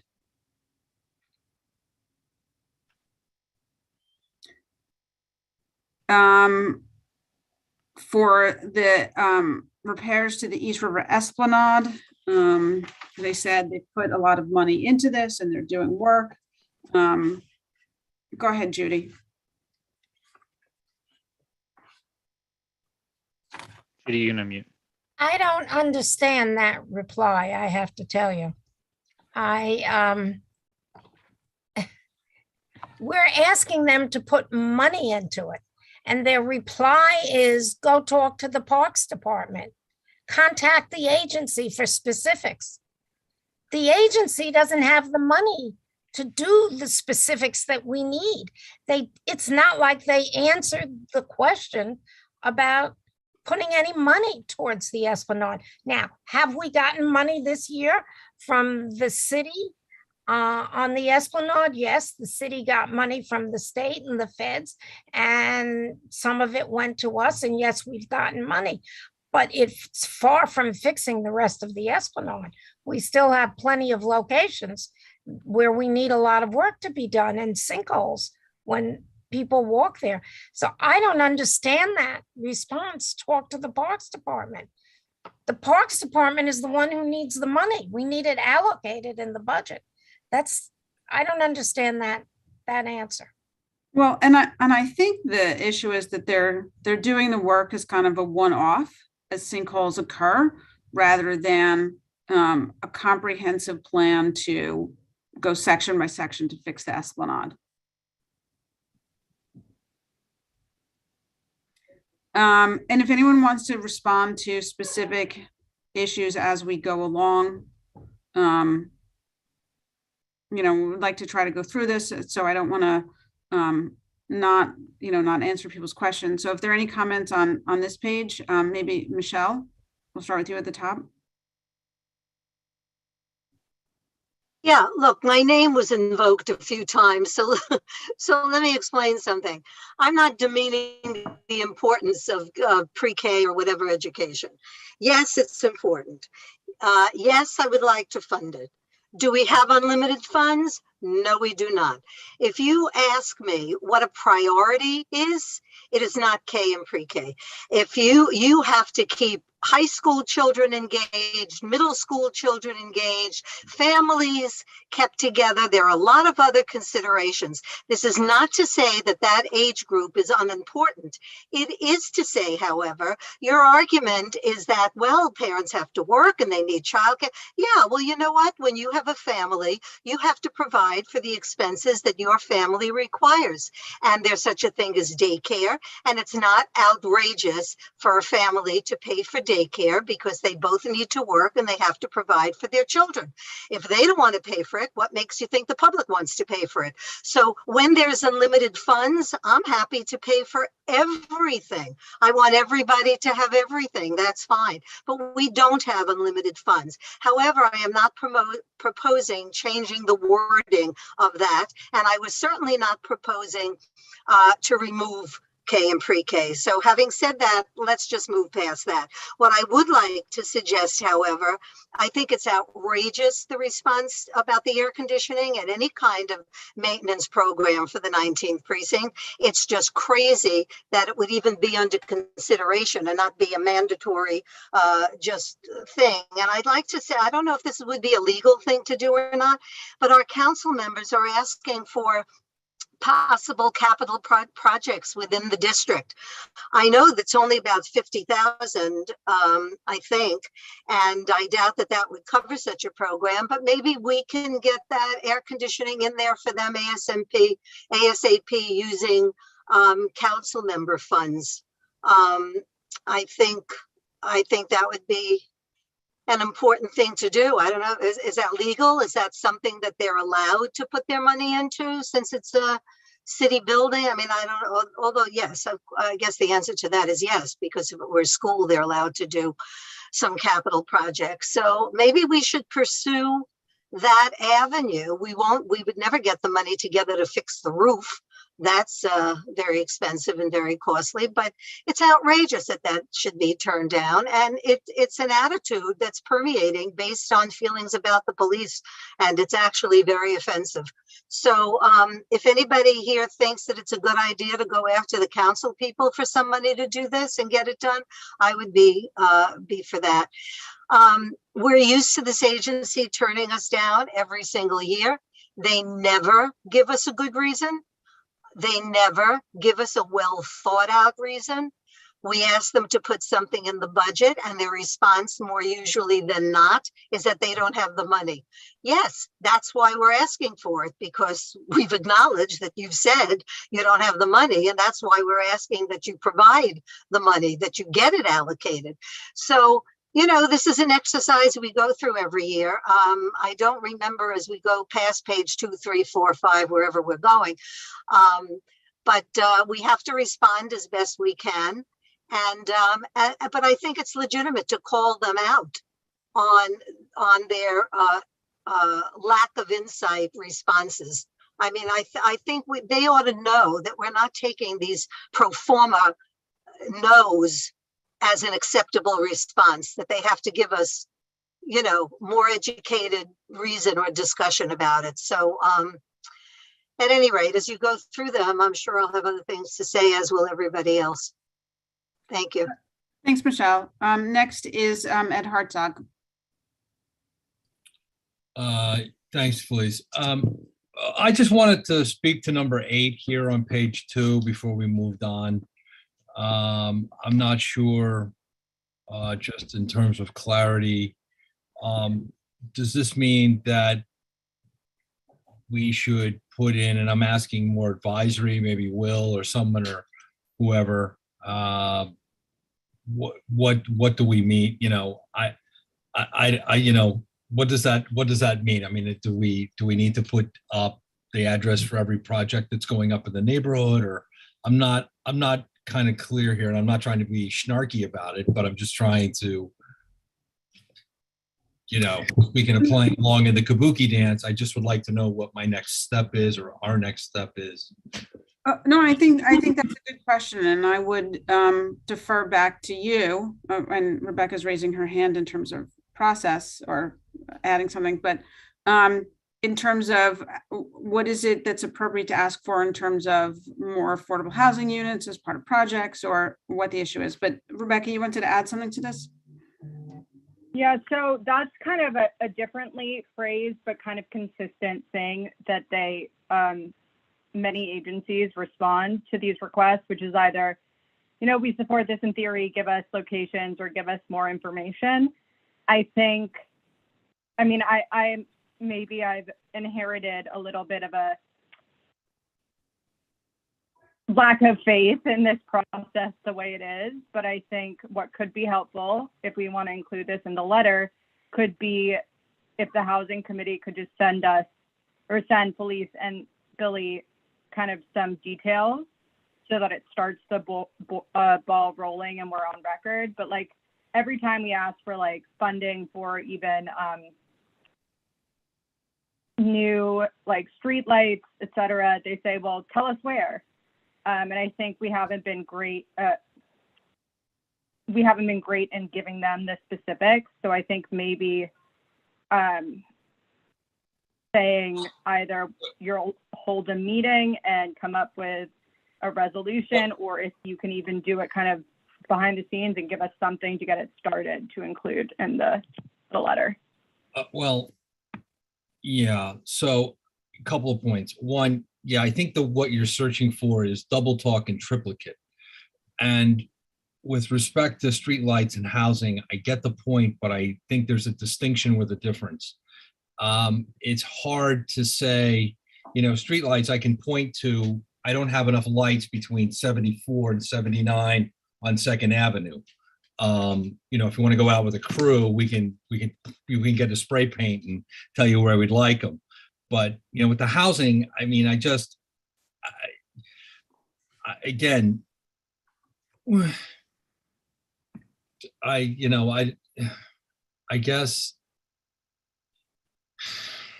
mean, is there some data? you know, I don't know. I get, you know, more is needed before making a funding decision, should contact the agency. I did, what is that?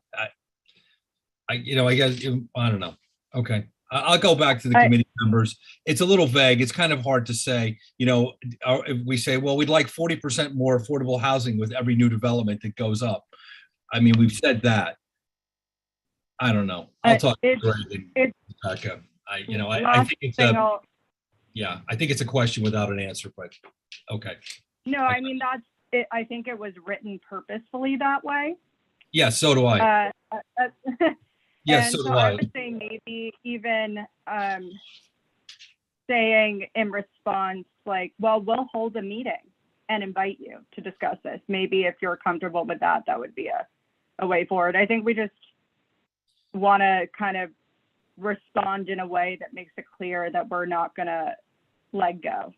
Does that make sense? Yeah. Because I get what you're saying about the difference between, like, we can't really say, oh, we need this on 72nd and 3rd because we've had X amount of accidents here. It's very different. But I think I've just been very frustrated by the fact that they say, oh, we need to study this more, and we request the study, and then we have to repeat the request for the study for like 5 years in a row. Right. Right. Yes. I don't know if this is information that's available, but is there data on, X number of units of tenement housing have been torn down and X number of units of, high-rise, more expensive apartments have gone up? I think there is. Yeah, we have that. I mean, we can find that stuff. I mean, they have the Community Service Society and those folks have done those studies, certainly. And I saw today one of the reasons why we have the big housing rent increase is that we haven't built enough. People say we haven't built enough units, and I don't. Again, that becomes a moving target. It depends on what kind of units you're talking about, but yeah. I mean, look, we'll come up with something. We'll come up with some numbers, or maybe some units, or maybe what they want us to say. We need 2,700 more units or something. Maybe that's it. Maybe that's how we do it. We'll come up with something. Okay, thanks, Ed. And it's also stuff to keep in mind for this process that happens again next year. And so maybe, coming into September with more meat in your requests that you're going to put in for the next fiscal year. So it just helps add, maybe that is that number. You need 20,000 new units, whatever it is. Yeah. No. That's true. That's a good point. Okay. I'll talk to Rebecca and Greg, and we'll get something to you. We'll get something. Okay. Yeah. Thanks. Barbara?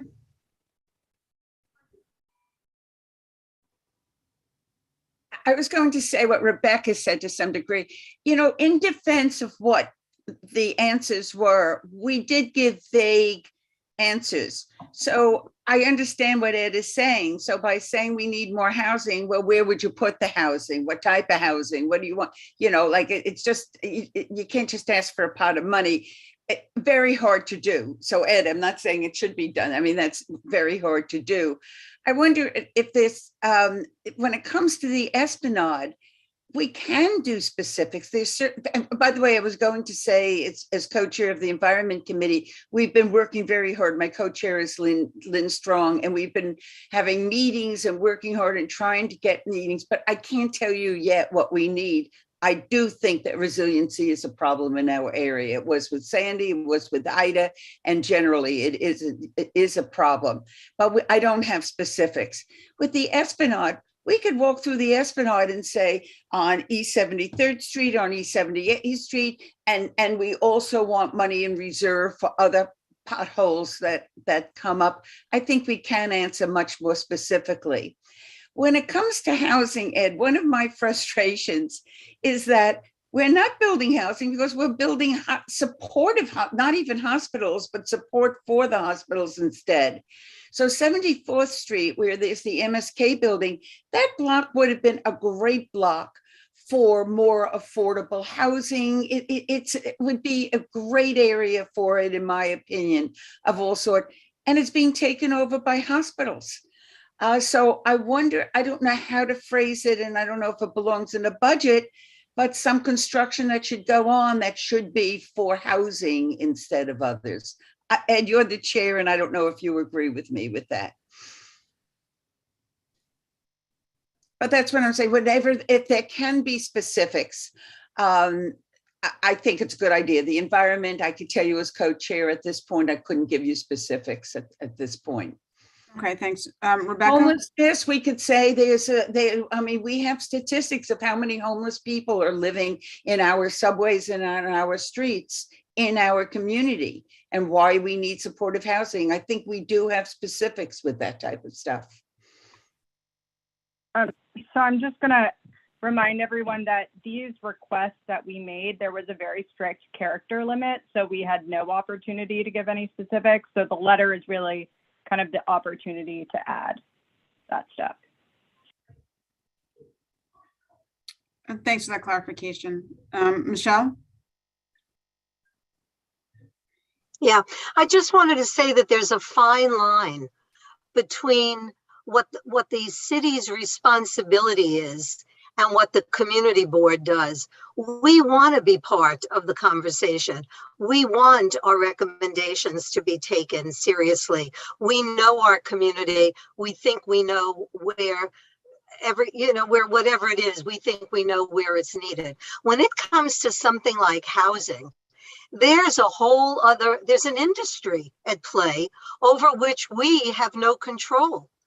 And a big part of this industry has lobbyists, and the lobbyists, I would guess, are the ones that are pretty much setting protocol with the decisions that the city makes.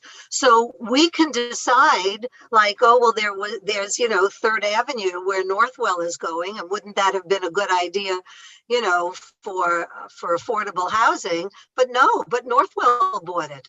Or on 79th and First, where Extel bought the property, and we could say, oh, that would be a good place. We could say whatever we want, but the city has to do its job by, number one, evaluating how much affordable housing we need, what affordable means, what level that is, and then they have to go to the various entities to see how this could be done.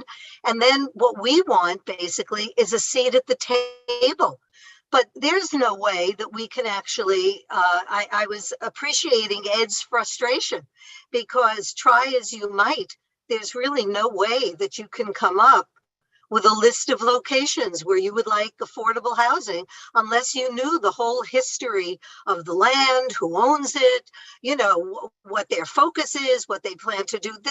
We don't even have staff that can do that research for us.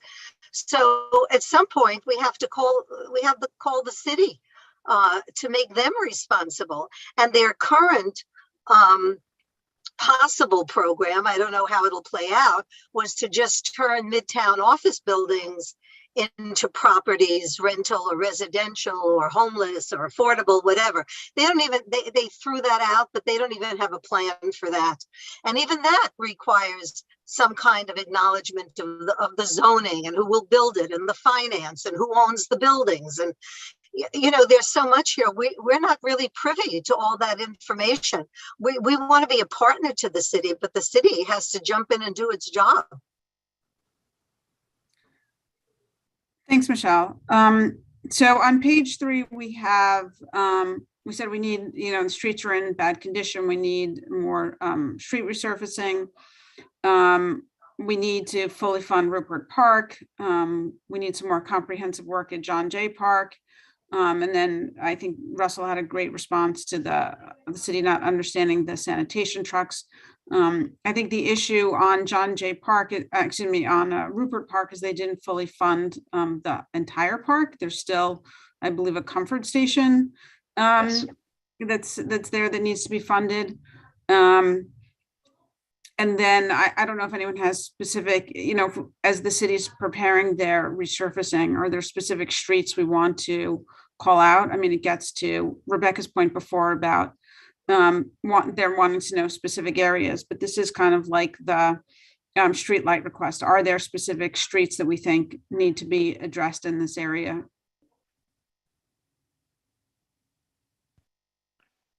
I think item 10 is a great example of how you guys can use this letter.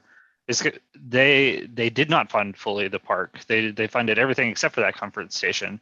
And this is where in your letter you can say, thank you for funding as much as you did of the park. You still haven't funded the comfort station, so please incorporate that into the budget.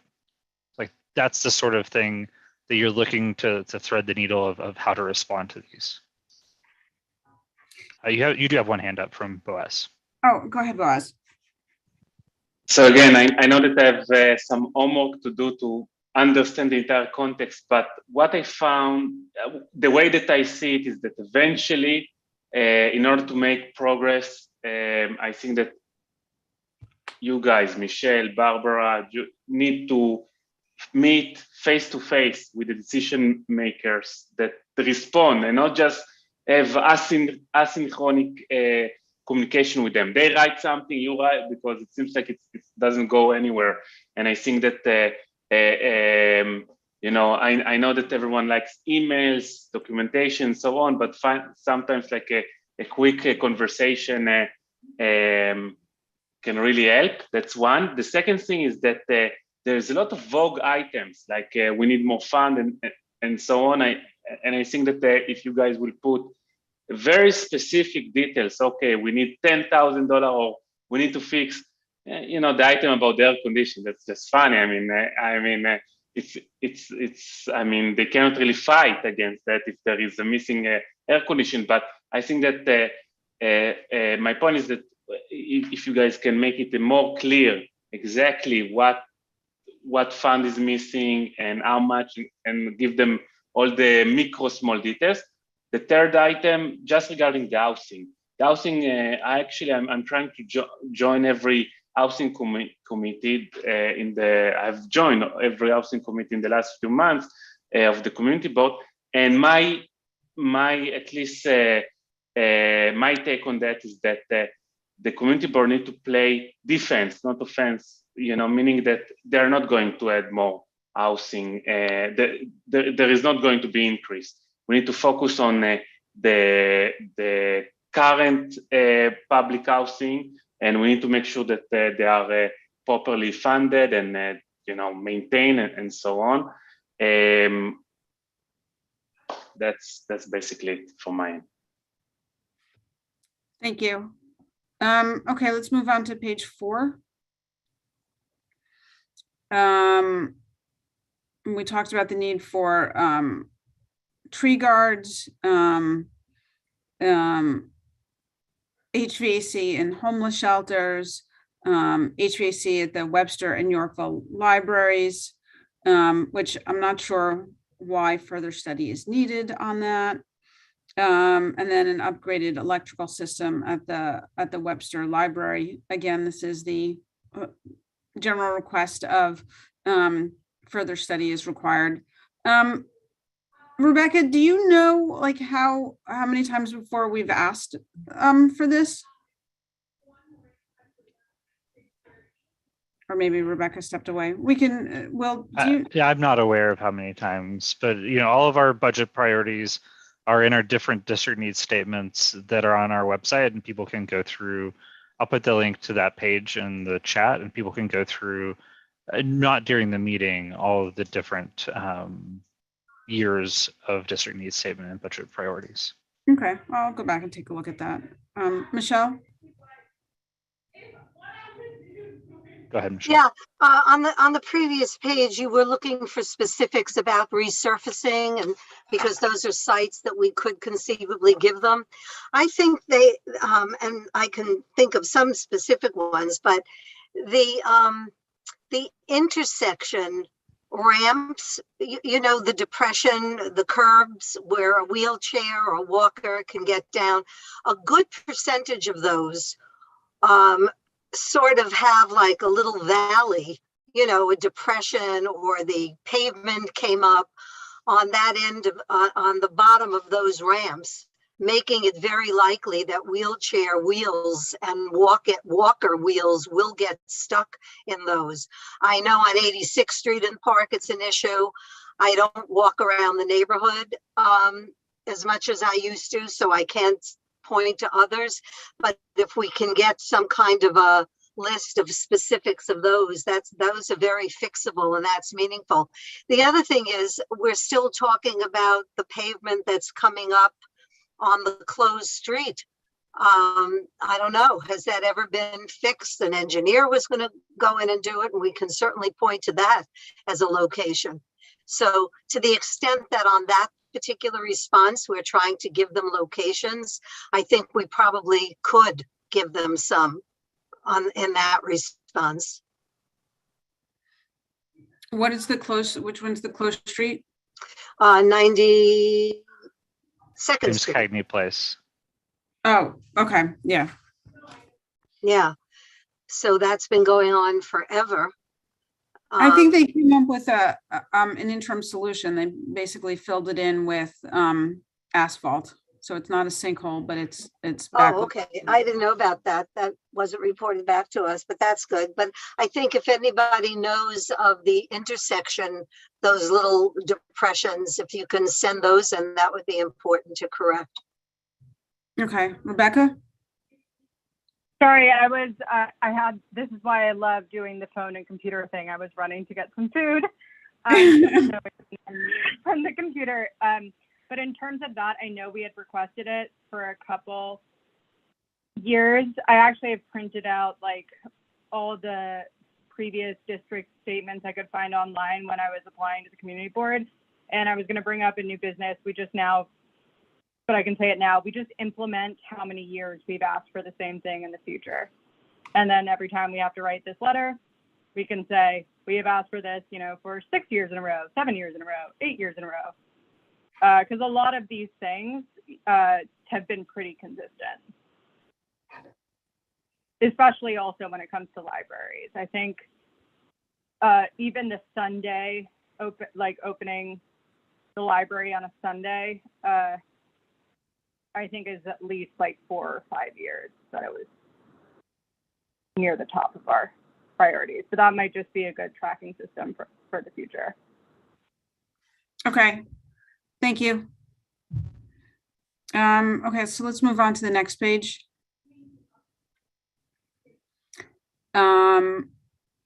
Okay, so fund a fully built park along the East River between 60th and 63rd Street. So this is the next stage of Andrew Haswell Park. Parks has insufficient funding for this, so bring it up to your borough president and city council members, they said. They don't recommend returning the Queensboro Oval. And they actually did complete the 67th Street Library. So that is something that in fact was done. But Judy, if you're still on, I know you've been really engaged in Andrew Haswell Park and the Queensboro Oval. Is there a specific response to this?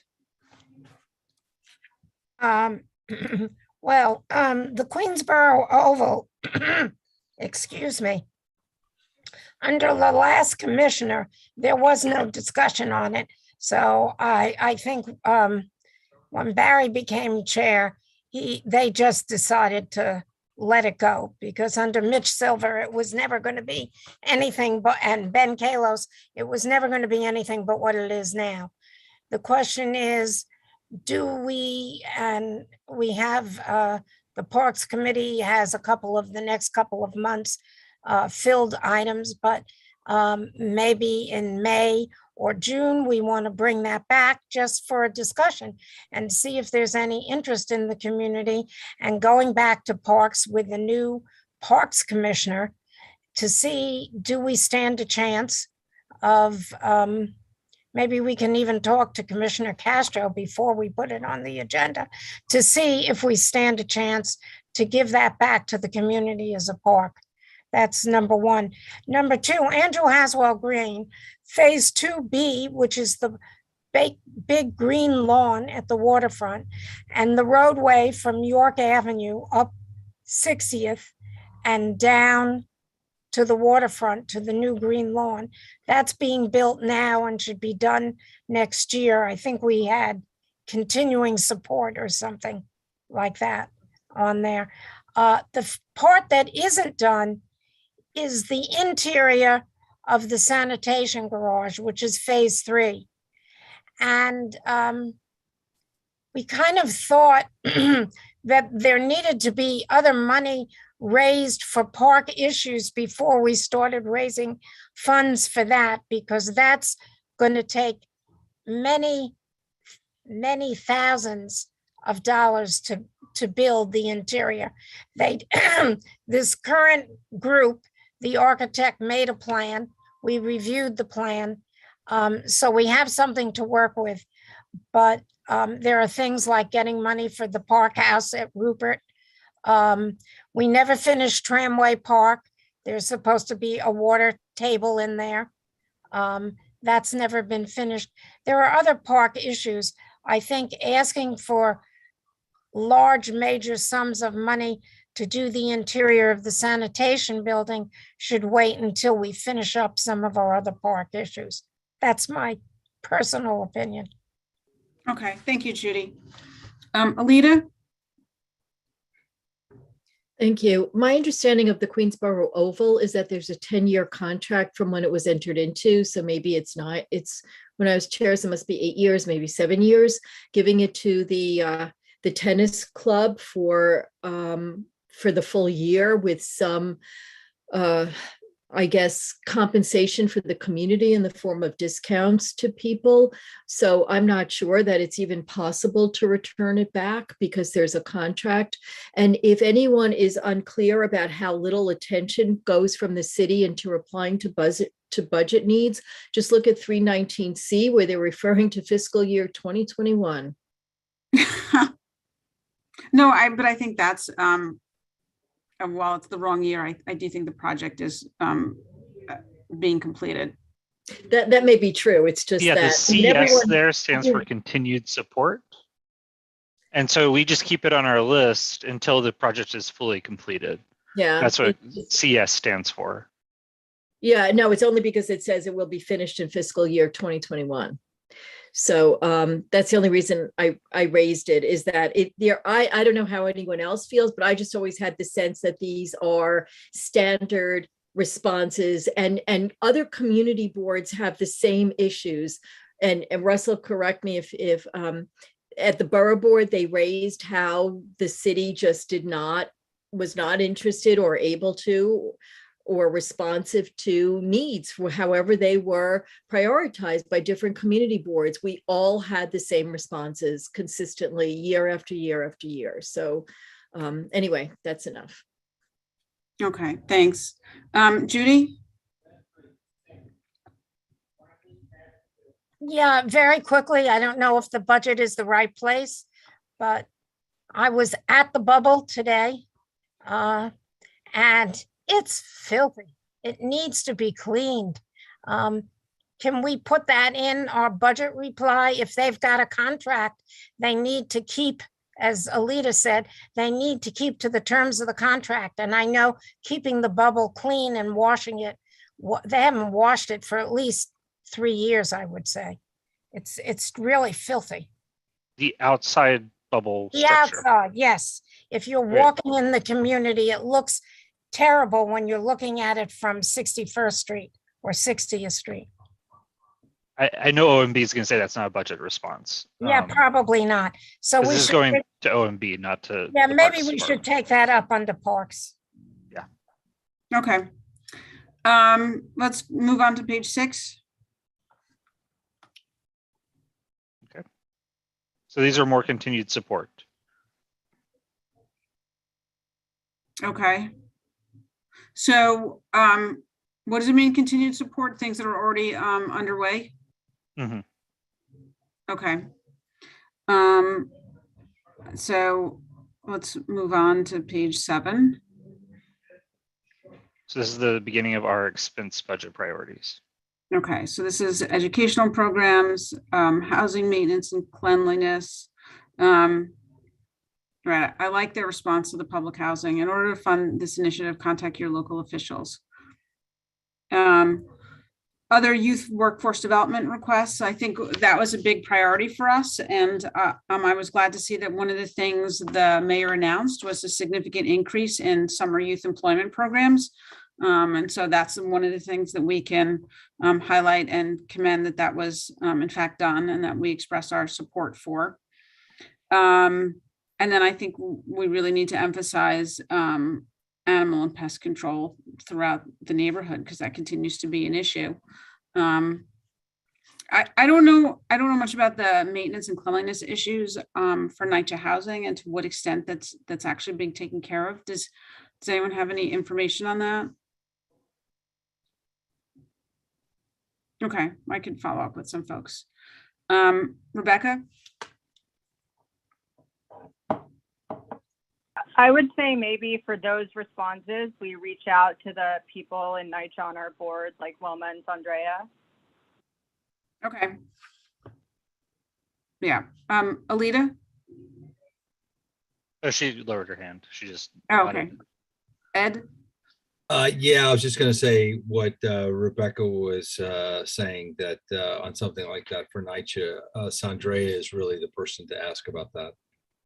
Or Okay. Greg. Okay, I will follow up. Next page.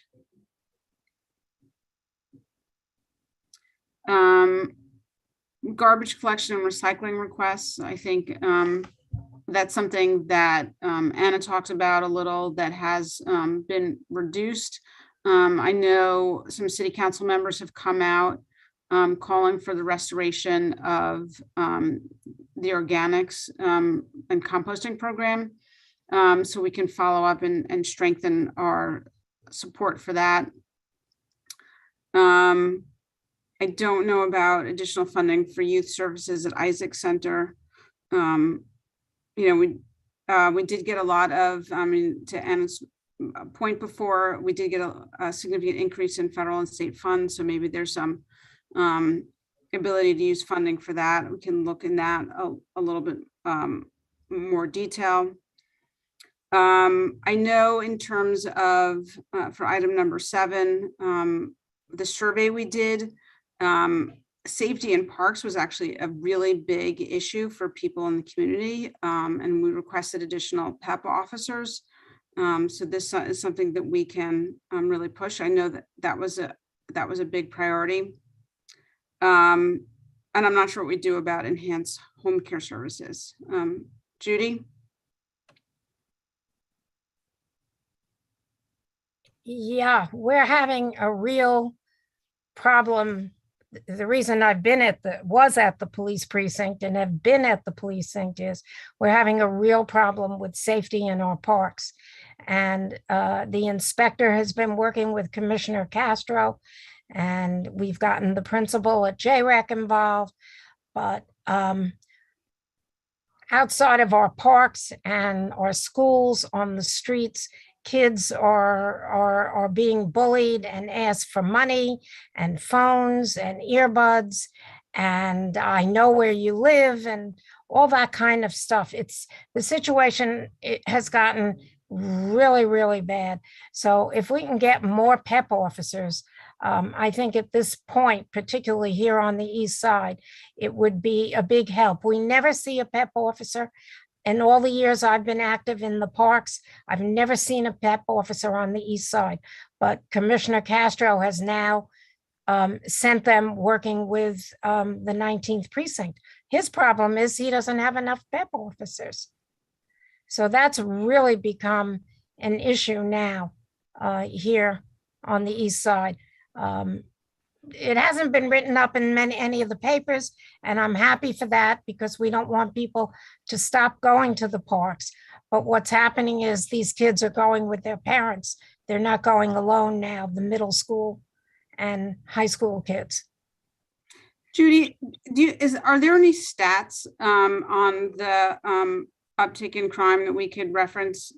No, this isn't a stat. This is an issue that's been going on since January. Since September, since school started in September of 21.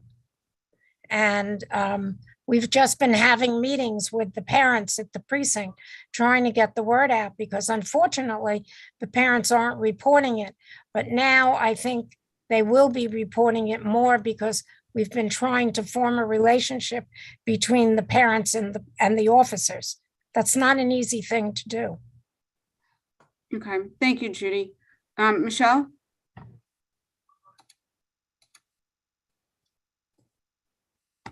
I just wanted to say, in keeping with the lawlessness that we're seeing all over the city, I don't know if you've seen it, but today there were fires set in Central Park in multiple locations, and I think they've been deemed intentional.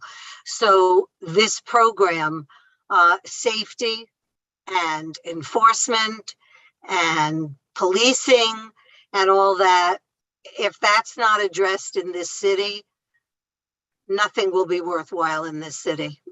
Business won't come back. If you don't feel safe, that should be really one of our main priorities.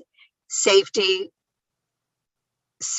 will encourage small business. Safety will encourage good education, freedom in the park, all kinds of things. I don't have to tell everybody what, but it's very, very discouraging in terms of safety and crime, what's happening to this city. We have gone back like 2 generations, very disturbing.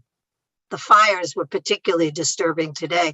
That is a very, very, very aggressive act, not just directed towards an individual, but directed towards everybody and our infrastructure. That's a very destructive thing to have happened. I sure hope they find them and that they get punished to the full extent of the law if they're guilty. Thanks, Michelle. Rebecca? I'm not speaking to newer circumstances, but we've requested this item since at least 2018. Okay, thank you.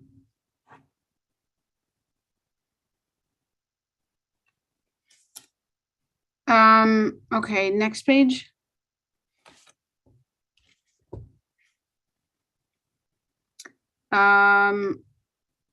Okay, we said other park maintenance and safety requests, additional park maintenance staff, tree pruners. I mean, I think we'd probably say that park safety officers are more of a priority right now.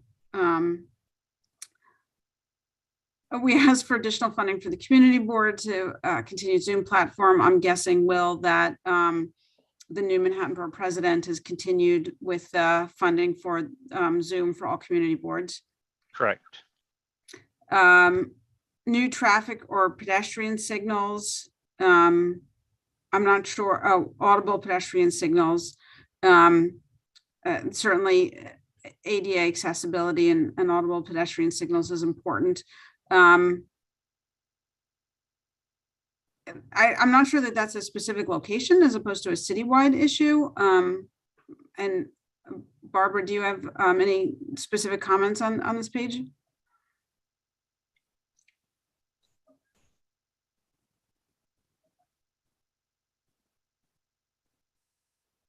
Barbara, you can unmute. Okay, I'm unmuted now. Not specifically. Let me just say the previous thing with the PEP.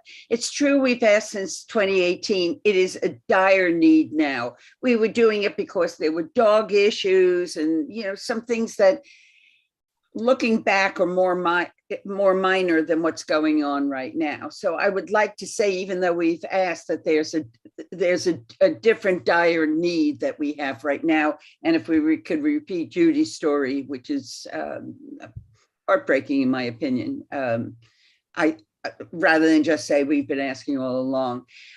I have an eye disability, and I will tell you that I do like, even though I can still see and all, I find it very nice when there's audible. I think it should be throughout the city, at least on the major streets. There was a push for it. I know there was for it on all streets, or at least all of the major cross, the 79th and 86s and the avenue blocks and so on. So I think we should be pushing for that.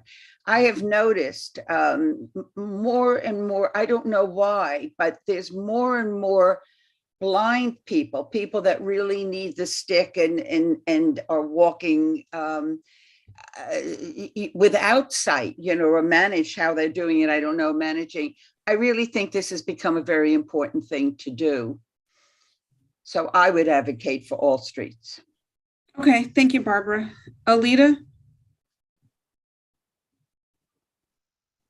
Thank you. I agree about the safety in parks. It's essential. It's more critical now than it was a few years ago, and we need to push for that. And safety wherever it comes up is really important. And I think the mayor understands that. In terms of audible signals, I think it's an ADA issue. It's an accessibility issue, and that's something that should certainly be citywide. I would say even to emphasize it over traffic signals, that there be audible pedestrian signals. And then finally, my understanding is that Julie Menon walked around through the neighborhood, at least her district, targeting intersections that are problematic. So her office might have information in terms of where pedestrian signals are best suited, or where there are other issues relating to intersections and pedestrians and crossing the street.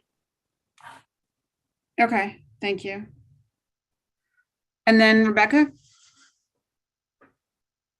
Yes, I'm not arguing about it, whether or not it should be citywide. I think I'm very supportive of that, but I would like us to maybe either reach out to Julie Menon's office, as Alita suggested, or to Chuck and Craig to at least have a preliminary, immediate list of places, because again, consistently that's been their response, and we have not done anything to kind of further our action on this issue. So I think if we can at least get a little bit more specific here, that would be warranted, while also saying that we want it to be citywide. We just need to give them something. Yeah. Okay. Thanks. And page 10. Should we move on? Can I weigh in on something on here yeah. before we move on? Item 10, the amount there is reflective of what we received last year. Is the same this year. We are not subjected to the pegs that everyone else was, that we talked about at the beginning of the meeting. So that is nice, but for how small that funding is for each of these agencies, you know, there was a recent news story from Sally Goldenberg that one of the admin officials at the new Office of Faith-Based Community Partnerships is getting paid 230 something. And he's a noted not great human. And so like we are barely above what one, admin official is getting paid. For $2.5 million across the city, you could increase the number of employees at community boards by 1, which would have a huge increase.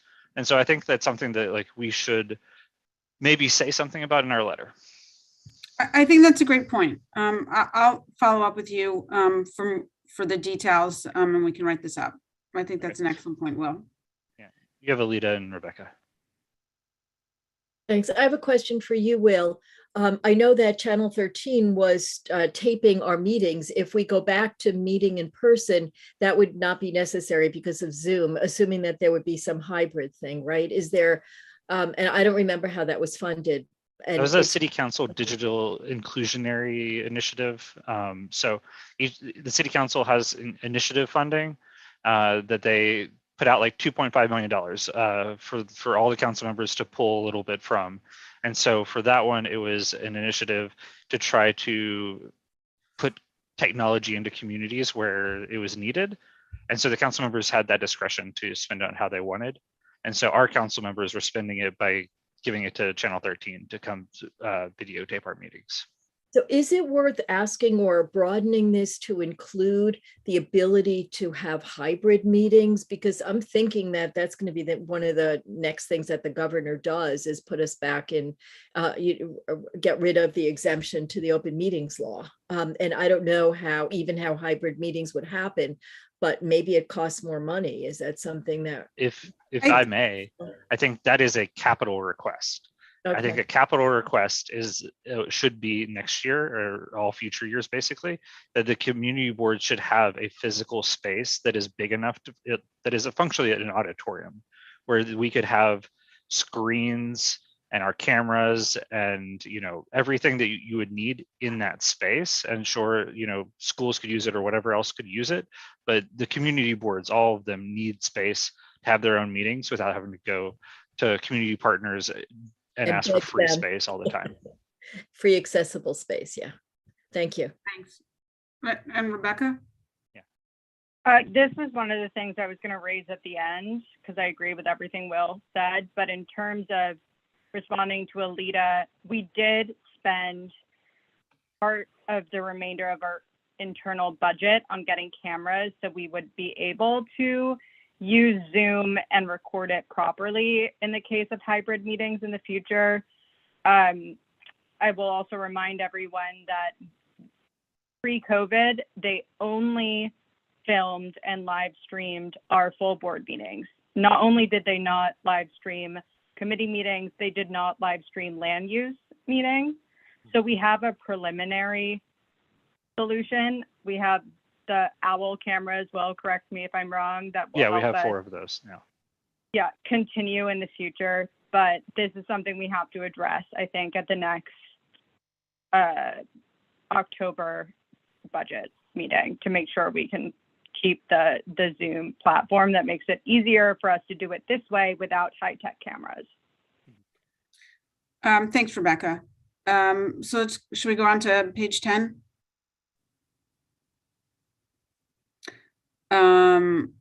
Additional trash removal in the parks, expanded street outreach to for homeless services, expanded after-school programs, and enhanced safety through more security staff in the park. So we talked about park security.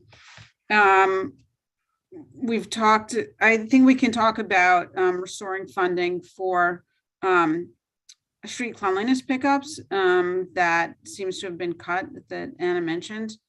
I don't know if anyone wants to address the street outreach or after school programs and whether after school programs is covered by some of the, I mean, I guess that's different than the summer youth employment expansion. Okay, seeing no additional comments, let's move on to the next page. Provide, expand, or enhance preventive services and community-based alternatives for youth. Increase funding for the Department of Health for all food vendor rules and regulations, which certainly is important. Increase the number of workers to inspect, repair, and preserve DOT's infrastructure. And hire additional DOB inspectors for compliance. I mean, I think hiring more DOB inspectors is certainly important for both compliance and worker safety. Any particular comments or thoughts here? Alita? Thanks. If DOT is solely responsible for enforcing open restaurant rules, do we want to, I don't know if it's too late or how to do this, do we want to address funding for enforcement people? Because they surely did a really, and have been doing a really very bad job with enforcing what they're supposed to enforce now. If they're in charge of the entire program, they won't have enough ability to enforce. Is that something that we want to ask for? And if we do, can we at this point? So I don't know that we could add something new, but Rebecca, you're an expert on the nuance of these issues. What's your thoughts? We specifically requested that in our district needs statement and budget priorities like request, and they had a non-answer. So we can re-emphasize it, and we specifically asked for it. I think they said like, we're already doing this or something like that. I forget the language. I marked it ahead of the committee meeting, but we did request. Okay. So we'll just, and I wanted to raise at the end, but I'll raise it now. I think it might, if we can, and I'll help in whatever way I can, please. I think we should respond to everything, and maybe after we go through everything, kind of talk about the order and make sure that each agency, we know what we're gonna bring up first. Why not try and get all of the things that we worked so hard on agreeing to in the first place? So we definitely asked for that, so. Well, Okay. going to get to it if they do this, and it looks like they are, that it's just going to become a bigger issue. Enforcement has been significant for the board all along. So thank you, Rebecca. And thank you, Felice. Michelle?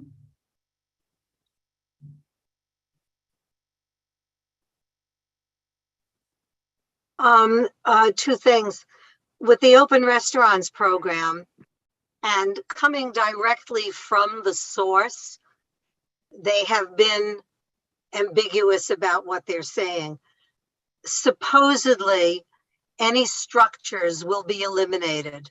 This open restaurants on the sidewalks and in the roadbed is now supposed to be only tables and chairs, maybe umbrellas. So they're not supposed to have structures. How that's going to work when they're asking, and if they were going to have structures, the chair of the committee said that they would ask everybody to remove the structures they currently have and rebuild. So those are two sort of conflicting statements. I don't think that's going to go over easily.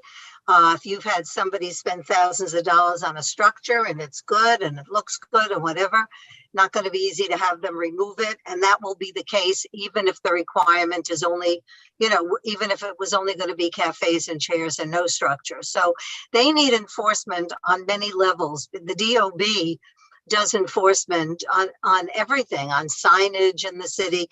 Those kinds of breaches have gone by the wayside. They don't seem to care much about it. Let me say about the order of things. We voted on the order of these things, so I am not comfortable with you changing the order in your responses.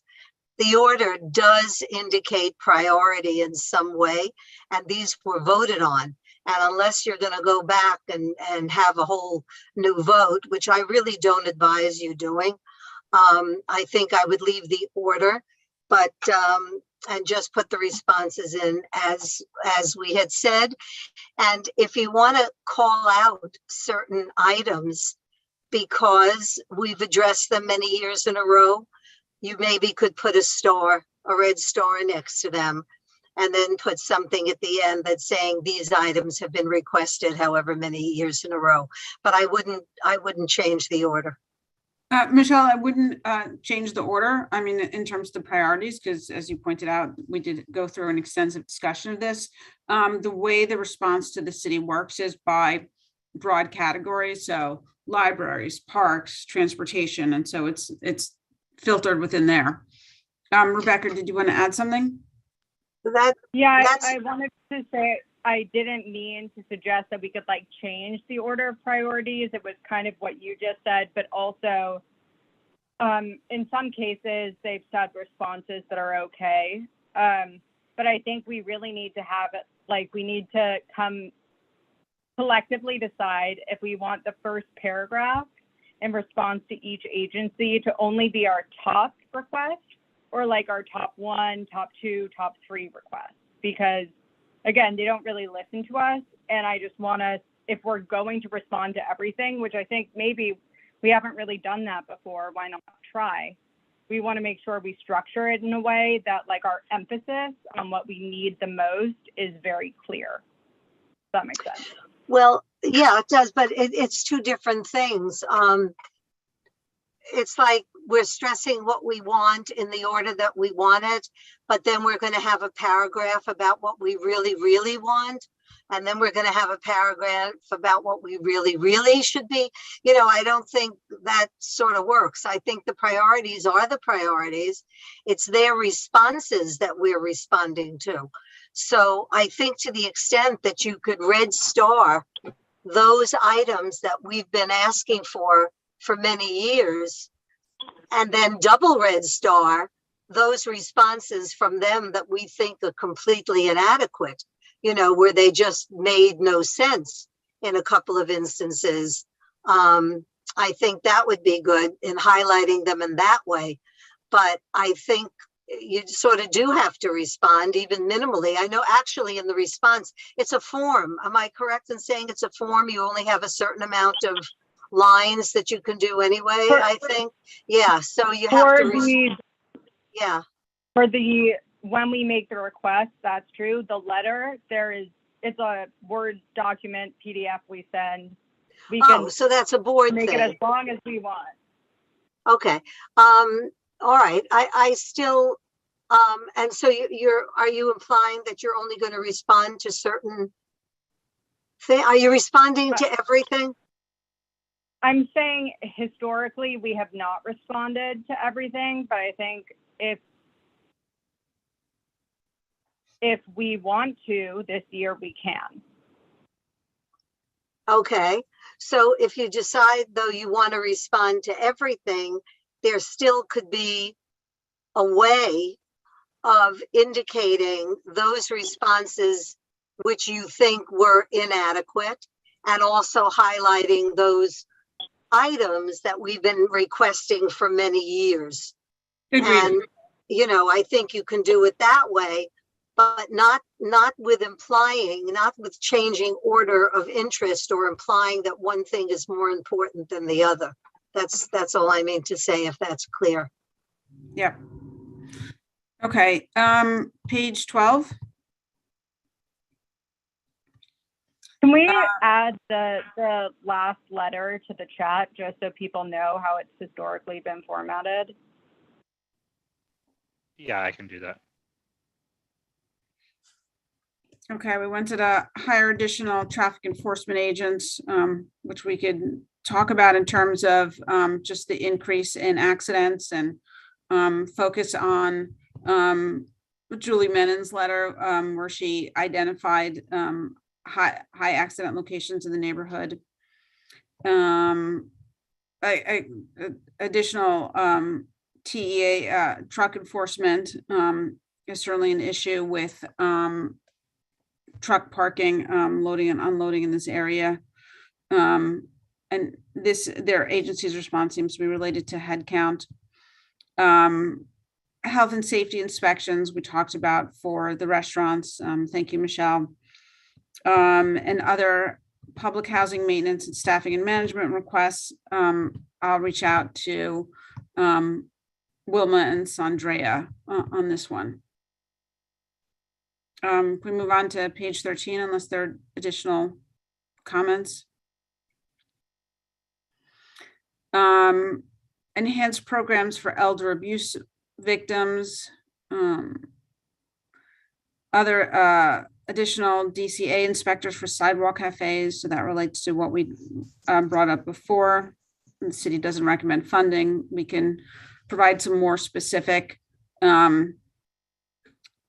discussion about this in a more comprehensive way. Permanent housing for homeless people, and new street trees. Any issues or comments? Okay, and then moving on to the final page. Expand business recovery assistance after an emergency. That is federal and state funding, but we can look at a little bit about what SBS is doing, and maybe tie in as well to what our council members are doing in support of small businesses. And then certainly elections and election day support. Barbara, and then Rebecca. First, I would urge not to answer everything. I think it dilutes, and I think that some of them, we've already answered, like the oval and things like that. I also think that general ones, I was thinking about the housing issue and the problem with housing that I certainly understand. Possibly we could explain that this is a need, and we need the city to help identify, but what's the need? And those that are recurring, I think it could be phrased, I think what in the past, it became rote. It looked like we were just taking the old stuff and repeating it. And possibly when we are repeating, just to indicate why we feel this is so necessary, and even more risk. We talked about PEP, but the PEPs, but we certainly could talk about other issues also that are there. I mean, so many of the things like the homeless issues, there was maybe 3 or 4 different places that we had homeless issues. We certainly don't need to answer each one, but maybe make it more general. I don't know if that's what's done, but I'm hoping that they're not diluted. And it's a very long document. And I think, you know, there's just some that are very important. Thanks, Barbara. And Rebecca?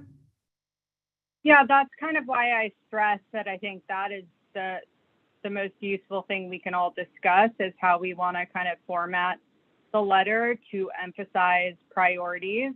And obviously it would align with what we had voted on in the order previously, but I also think it might be worthwhile to think about how we want to respond to the kind of state budget stuff that they've said, the contact your council members.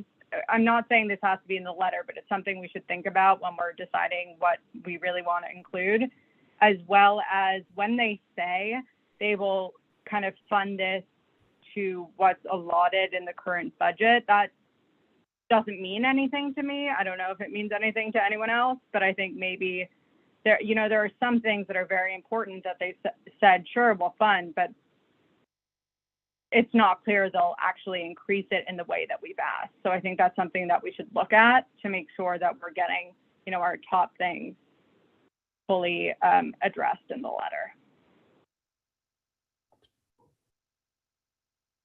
Okay, no, that's a good point.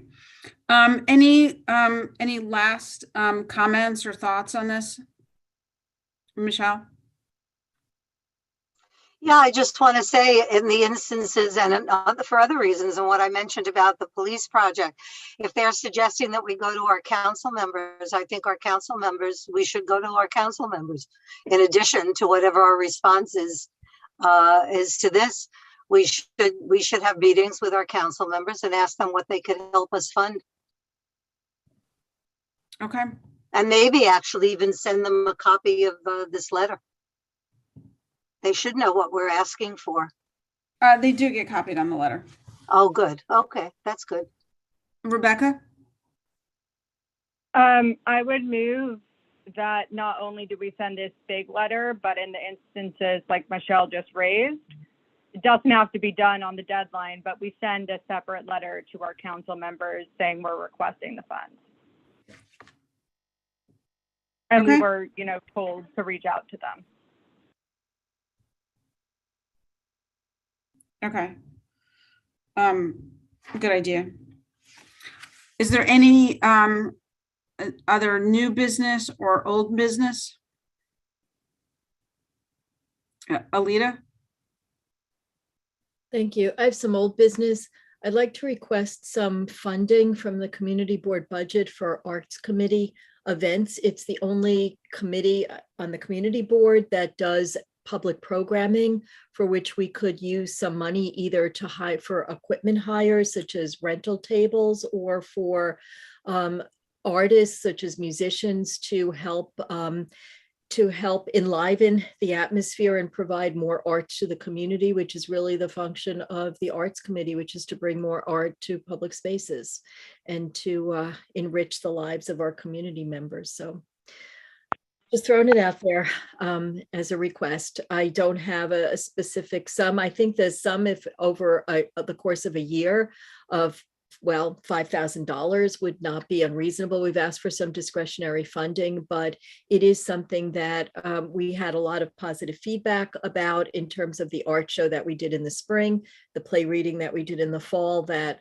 Origin Theater Company funded on its own, and also for the number of people who are now more familiar with community boards and signed up for our email list as a result of those events. So even though it's not the primary function, it's an ancillary function, which is to broaden the appeal of and the interest in community boards and understanding of community boards. Thank you, Alita. Can we go to Rebecca? Sorry, can I respond on that briefly? Sure. So just to let everybody know, we requested that funding. We asked for $5,000 from our council members. So we're apparently not going to know whether or not we get that funding until June, when the budget is finished. So it is a request that we've got. We won't hear until then. And I think it's likely we won't hear before the June art show that we have planned. So I think we'll basically sort of, assume, in the absence of any sort of additional word, that, we probably spend a similar amount, it seems to me, on in June that we had spent at our last art show, in light of the fact that, at that time we didn't even have an allocation for it, and hope that we get additional discretionary funding consistent with what we've asked for. But I just want to update everybody on the status of that. Thank you. Yeah. Gail. Oh, sorry, it was Rebecca, then Gail. Okay, it was kind of half new business, half just reiterating my support for requesting increased funding for community boards. I will remind everyone that we actually, during a recent executive session, we were all very supportive of giving raises to our staff. I think it's important to continue to not only request this in our budget priorities, but to actually ask for it in the letter. So I just want to make sure that we all agree to explicitly state that. And I think that also goes to Alita's point about it can also help with other things that we do, especially in kind of this new era of community board function. Thanks. Gail? Thank you. I want to go back to Alita's requests for some funding, and I understand about the discretionary monies, Russell, and whether we get them or don't. But I think that we should allocate at least $500 from the current budget. We always give money back. And just to let everybody know that last year, when we had the art show, we had to have tables that we provided for the artists for their display. We called probably 15, 20, 30 different places to have them donate them. So we were fortunate to get some from Marymount, some from the business improvement districts, et cetera. However, we then had to have Alita and Max take a truck and pick up the tables, bring them over to the site, then return them afterwards. And it also took a long time before we were able to get the money to pay for the musicians. And given the fact that it's a community board sponsored event, we get people to sign up for our newsletter and all. I think that if we really are serious about support of the Arts Committee and the things that we're doing, trying to brand the community board also, as well as reach out and provide something positive for the residents, that we should make a determination as to whether what we have existing now, we're talking about the beginning of March, how much money is there in our budget and what do we anticipate is going to end up not being spent. And for example, I did pricing of the tables. It costs $10 to $15 for each 6-foot table. Well, maybe we don't have to provide them, but then on the other hand, maybe not all the artists will participate. So, we never would spend any money indiscriminately, but I do think that we should think in terms of, at least for the remainder of the year, since our event is June the 11th, that we take some of the community board funds and allocate it to the arts initiative. You'd be interested to hear if everybody agrees, disagrees. So I obviously didn't show up at this meeting because it wasn't on the agenda with our full budget report, but we had 3 instances this year essentially where there were not staff working in their position, meaning like Mohima just quit. The money that we're not paying her is excess funds. There's going to be plenty of money. I don't think that anybody needs to be worried as long as you're not spending $30,000 on anything. You're going to have money to do little projects. So. All right. In other words, what we didn't want to end up doing is committing, whether it was to tables, to paying the musicians, whatever the case might be, and then come back. It's not that, we're all willing to write checks to cover certain costs, but it seems to me that it's a community board project. And as long as you have assured us that that's not an issue, then that's fine.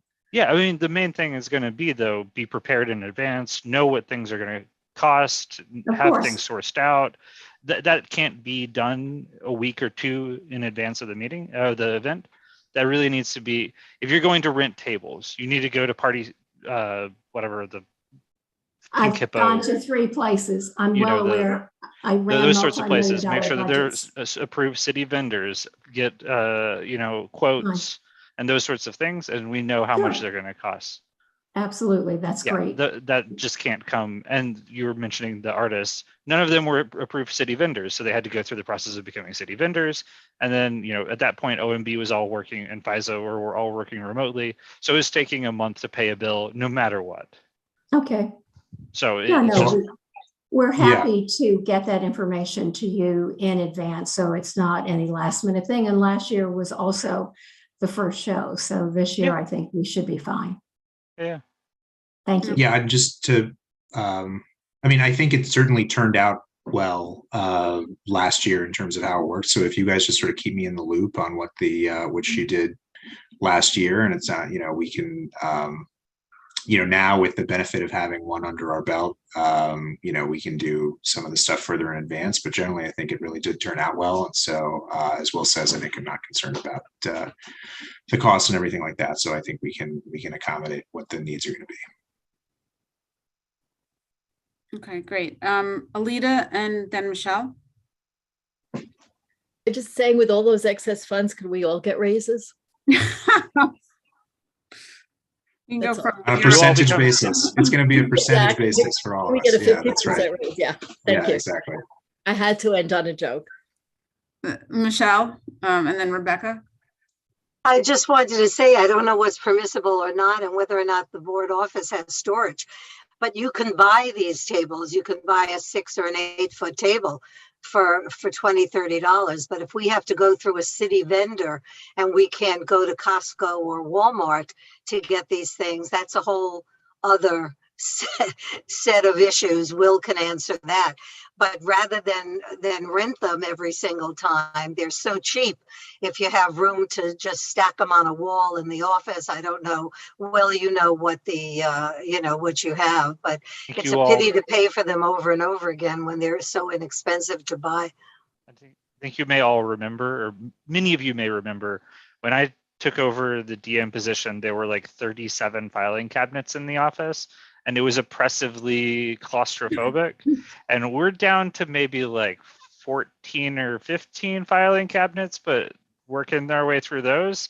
So maybe not add more stuff to the office. There's just not that much storage, and it would be better used for people than things, is what I would say. Rebecca? Yeah, I would just kind of in response to some of what was just said, it remind people that we review the internal budget in June every year. I encourage people to come and kind of propose this stuff ahead of time so that we can plan for it. Because we often have kind of extra funds, and we, as I mentioned earlier, we decided to use a portion of that to make sure that we could have the cameras for the potentially hybrid meetings. But I would also say, without the blood center, because I have a feeling we're not going to be doing meetings there anytime soon, I don't know if we're going to need to pay for space for full board meetings if we have to go back to in person. So I think I would just encourage people to come in June. And I would encourage folks on other committees, since in the end of September, October, we talk about our district needs requests, within those committees, start thinking about what are those items that they'd like to be proposing are the priorities for next year's district needs statement. And then Ed, is there final comments? I was just going to move to adjourn. Okay, perfect. Is there a second? Great. Hope everyone has a good evening. Thanks for all your input. Thank you.